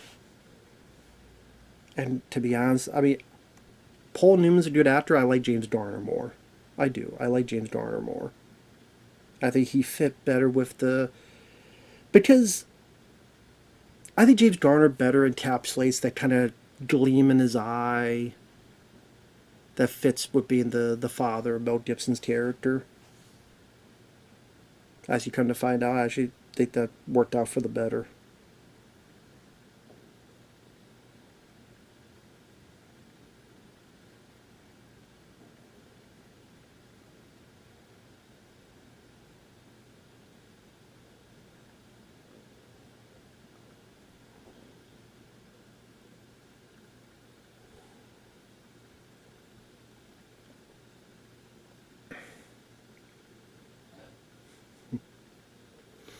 Mel Gibson trying to find a way to get the hell out of there.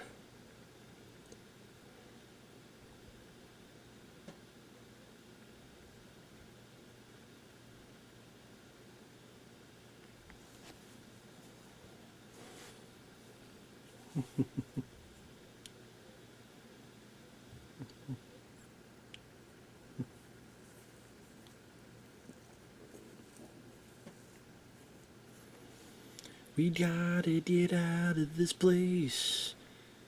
No, you gotta get to that place. It's almost time, man. It's almost time. You don't get fucked up.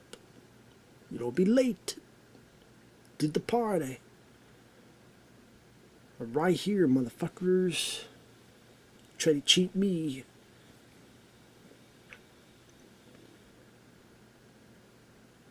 Mel Gibson, Jodie Foster, James Coburn, James Garner, and Alfred Molina. What a group. And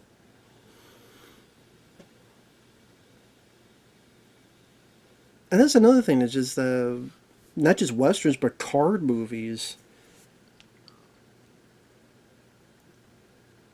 Obviously, like I said, there's an audience because there's people nowadays that will watch a poker tournament, and you find them on YouTube now and other such. Now, granted, with that, it's because maybe some of them have bets for who's going to win or lose, or it's that pressure of who's going to lose it all, who's going to make or break it. And there's that tension of, like, you're lucky it's not you, but. And there's other people in the background that I know I recognize, like the Asian guy on the right there. I know I've seen him in a bunch of stuff. The one that's right behind Mel Gibson. He definitely found the camera. I know I've seen him in a bunch of stuff. I cannot remember his name though.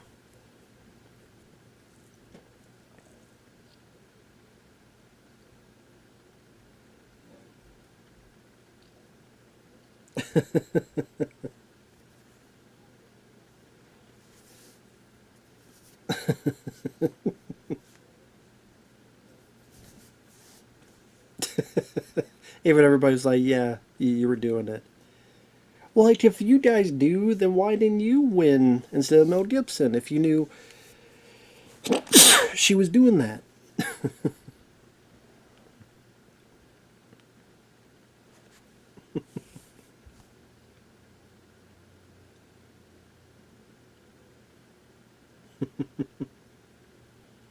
It's like, if you knew you were doing it, why didn't you guys figure it out?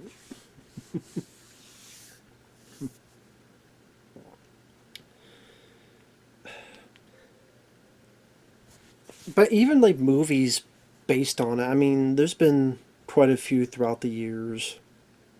Maybe not like a ton, but there's, I mean, nice one I reviewed not too long ago, The Gambler, which I just wasn't a fan of.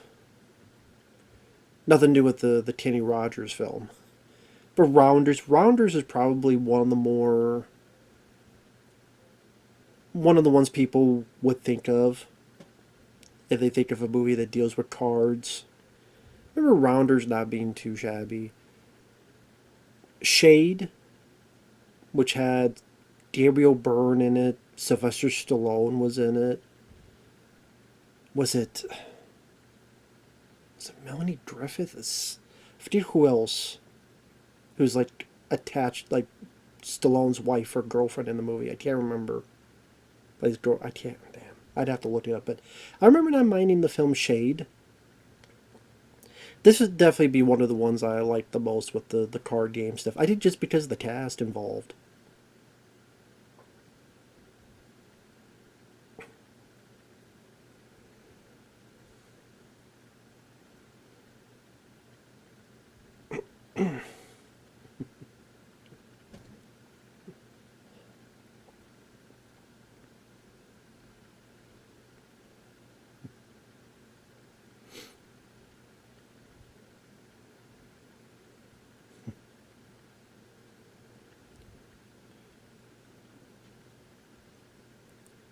See, you look at this with the editing, the camera techniques. So you have that little bit of slow mo with pulling the cards out,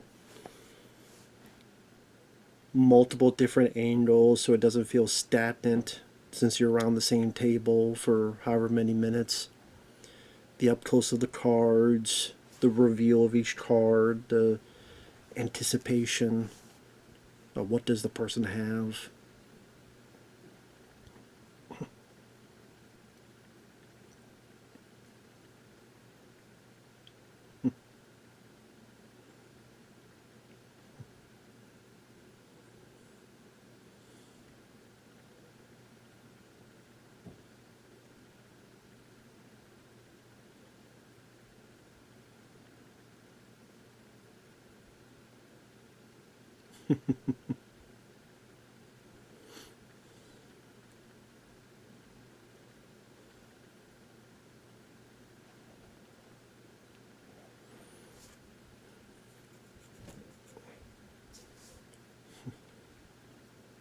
I know afterward there's the robbery of the stuff. There's the hot tub and James Garner.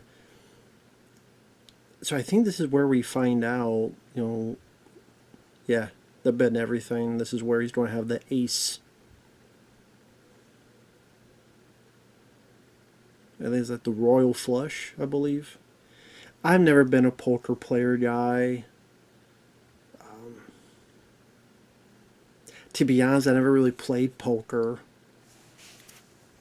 I know of it, of course, but I would be piss poor with it. I truly would. I mean, I played some card games back in the day, but they weren't poker. I forget what they were. And it wasn't Go Fish. I can't remember what they were. But I haven't played for decades. So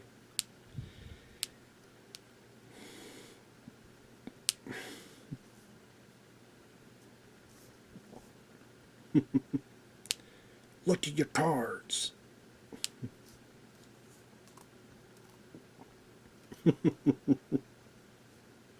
I think when I first saw this, I didn't know who Alfred Molina was. Because at that point, I mean, this would be it would have been before Spider-Man 2. I probably would not have connected the dots. Oh yeah, that's the guy from Raiders of the Lost Ark from the beginning. So it's fun to watch this nowadays and see Alfred Molina.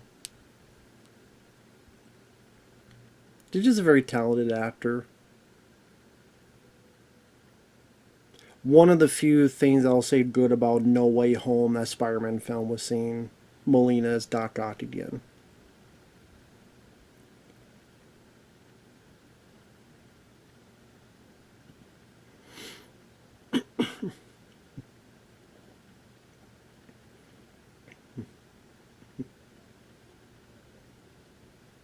Ooh. So he definitely beat Coburn.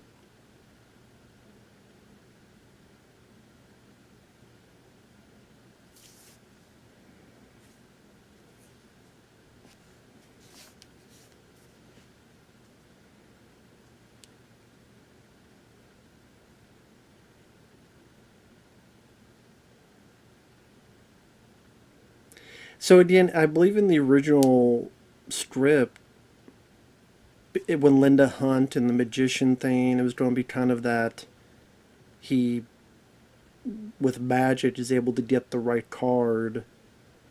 But just they figured this is more of the, I don't know, more of the luck of the cards. Didn't we only see like one instance, maybe two, of him trying to guess the card? Maybe people thought it would be even a bit too ridiculous to put a bit more of that into this.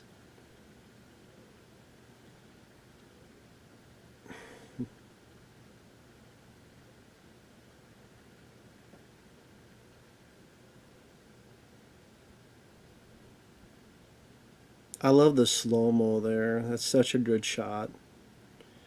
And that's the ace we saw at the beginning of the movie. The ace we saw at the beginning of the movie. The way the music rises up, the slow-mo, the reveal. Such a good...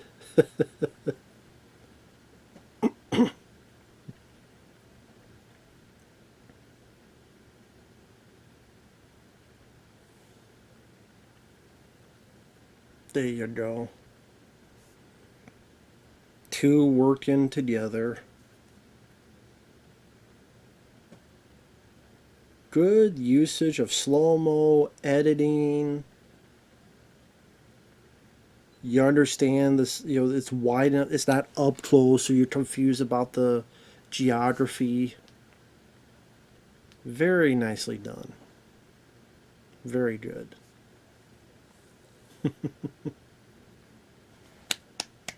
Bravo on that. Nicely done, man.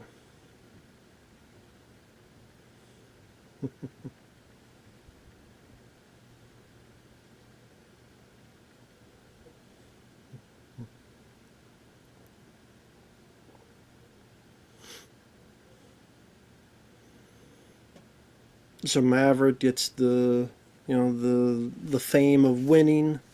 That he's the best card player.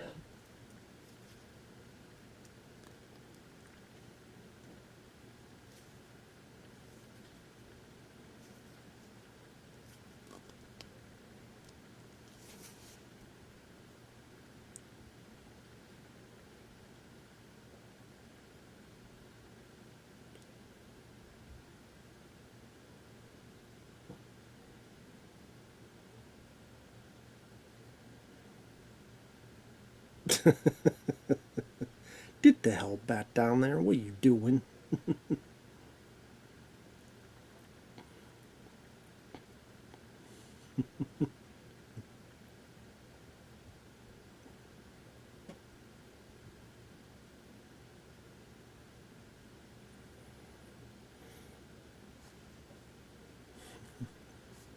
Although this was like part of their plan, I'm surprised they didn't make it where it looked like James Coburn, because now James Garner will be hunted down for however long.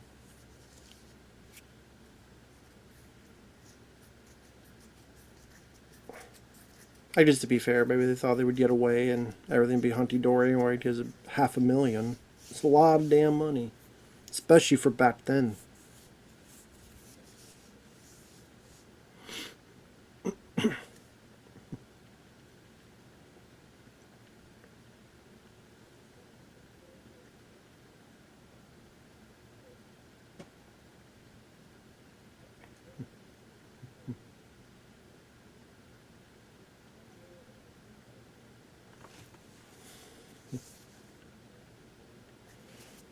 This is how they work it, where he won't be on the run, and it says it technically is his money and his money alone.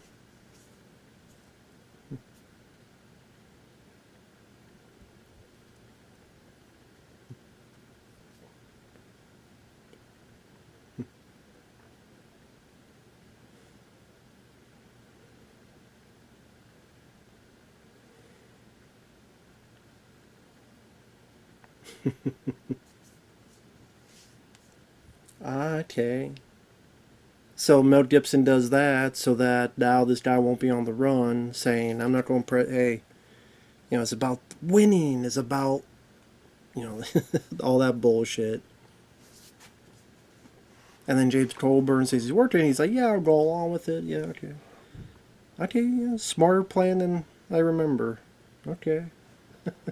As a okay, well, if that's what they're saying, Coburn saying it, Mel Gibson, he's like, okay,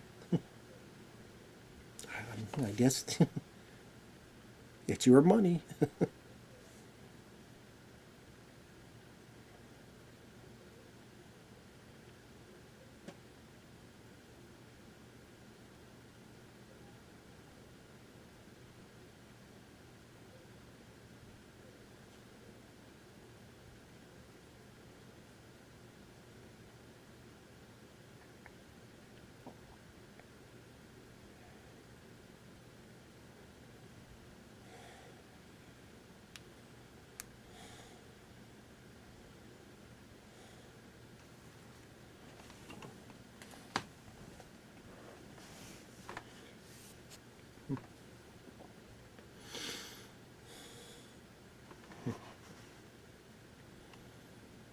So yeah, we're getting to the close of it.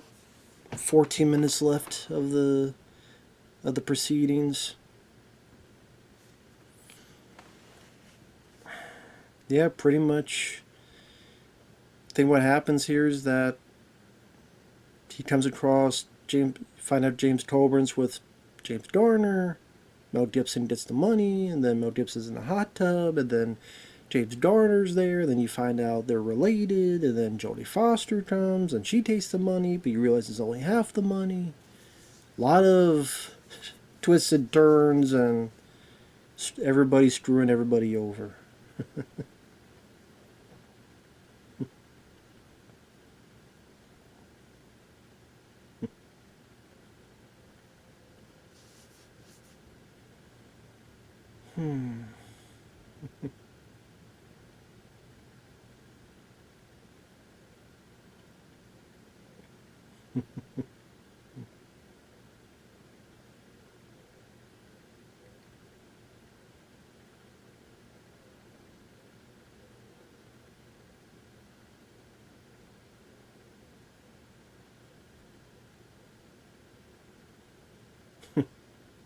Queen of Hearts.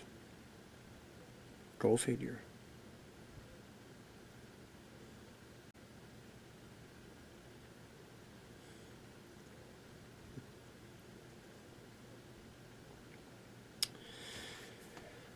But yeah, as this is coming to a close and we're getting to the epilogue, however you want to put it, of the movie. Well, I do think the film, it's a bit sluggish in the middle. I think the stuff with the missionaries, yeah, it's there, but it's yeah. I get why it's there. show a bit of time between Garner, Foster, and Gibson before the third act card game stuff. Sometimes the running time of the film could be felt a little bit, but other than that, really good cast, good chuckles and laughs throughout it, especially Graham Greene. I think the card game stuff is pretty solid, goes by a good pace. A lot of familiar faces of the old regime. Like I say, you got Uncle Jesse, you got Blackula, you got all sorts of other stuff involved during that.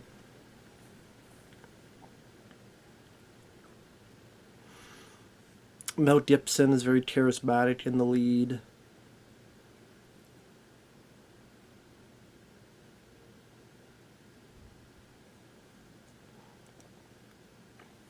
Him and Jodie Foster work well together. James Garner, again, I just think he was much better than Paul Newman would have been.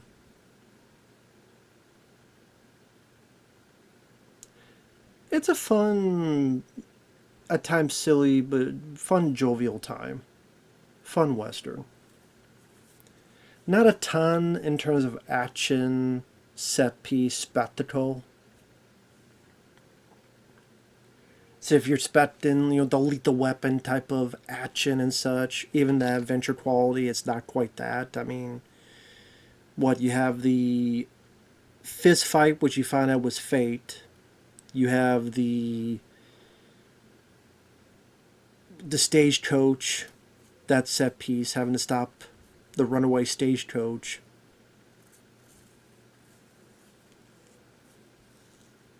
That teeny bit of shooting that we saw about 5 or so minutes ago, but not a ton.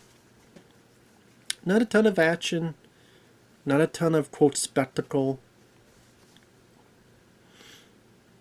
So if you're expecting more of that, you may be a bit disappointed, but just a very good cast. Just a very good, likable cast.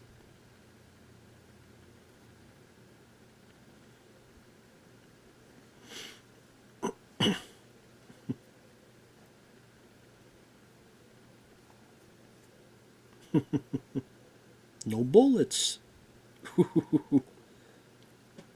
No more bullets.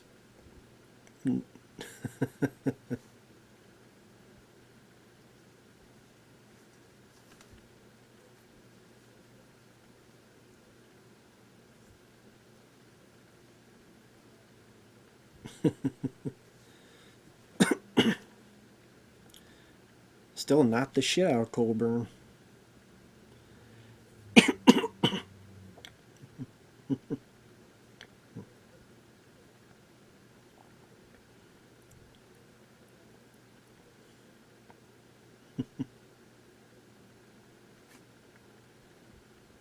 And this is where you get one of the big twists in the movie, if you want to call it that.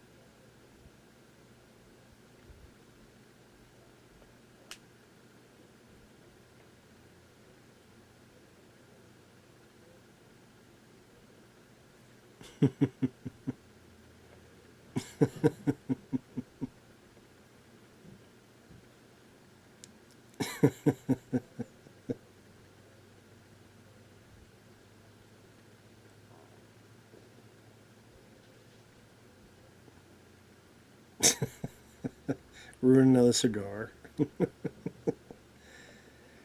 It's sad that this reveal of them being father and son is right at the end of the film, because it seems like it could be a pretty fun back and forth banter with that. Just kind of like Harrison Ford and Sean Connery and Indiana Jones in The Last Crusade. How, yeah, this father and son, that could maybe be, different, but a fun relationship to explore. Maybe in a sequel, maybe, I mean, but yeah, I guess this made, maybe enough to make them studio perhaps happy, but not enough to qualify any sequel and such. And you just say, well, you don't need a sequel. That's fine. It's just too bad we don't get to see more of these two as the father and son dynamic. Hmm.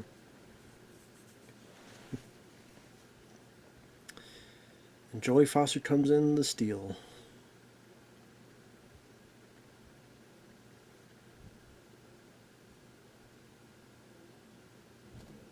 And Garner's like, if I would get rid of this mustache, if I would get rid of this facial hair.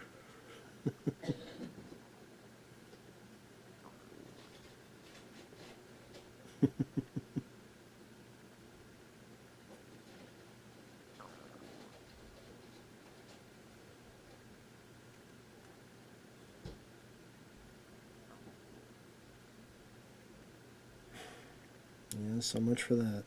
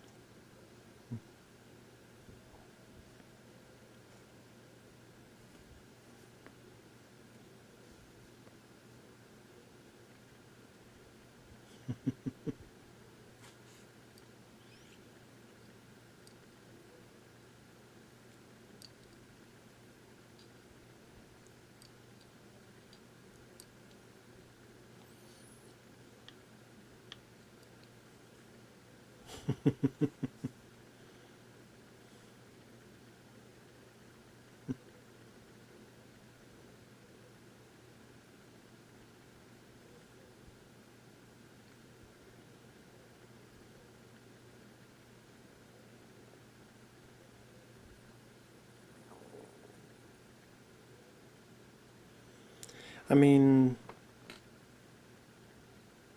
if they have 250,000, that's 125. That's still a lot of fucking money for back then. But I guess it'd be fun to try to get it back.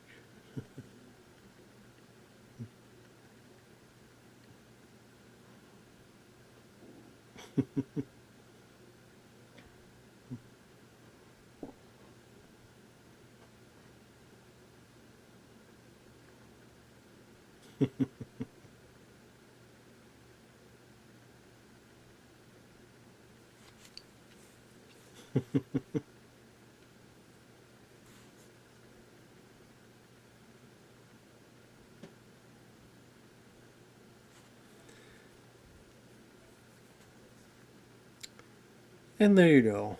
Fun film. Yeah, I don't know if it need to be over 2 hours long.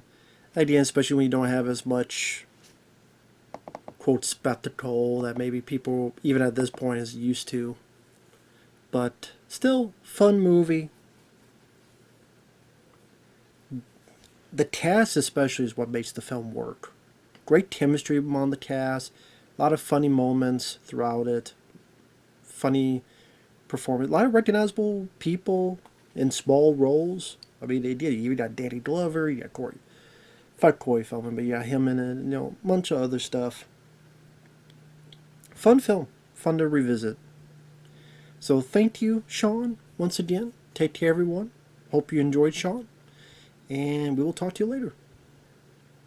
Bye-bye for now.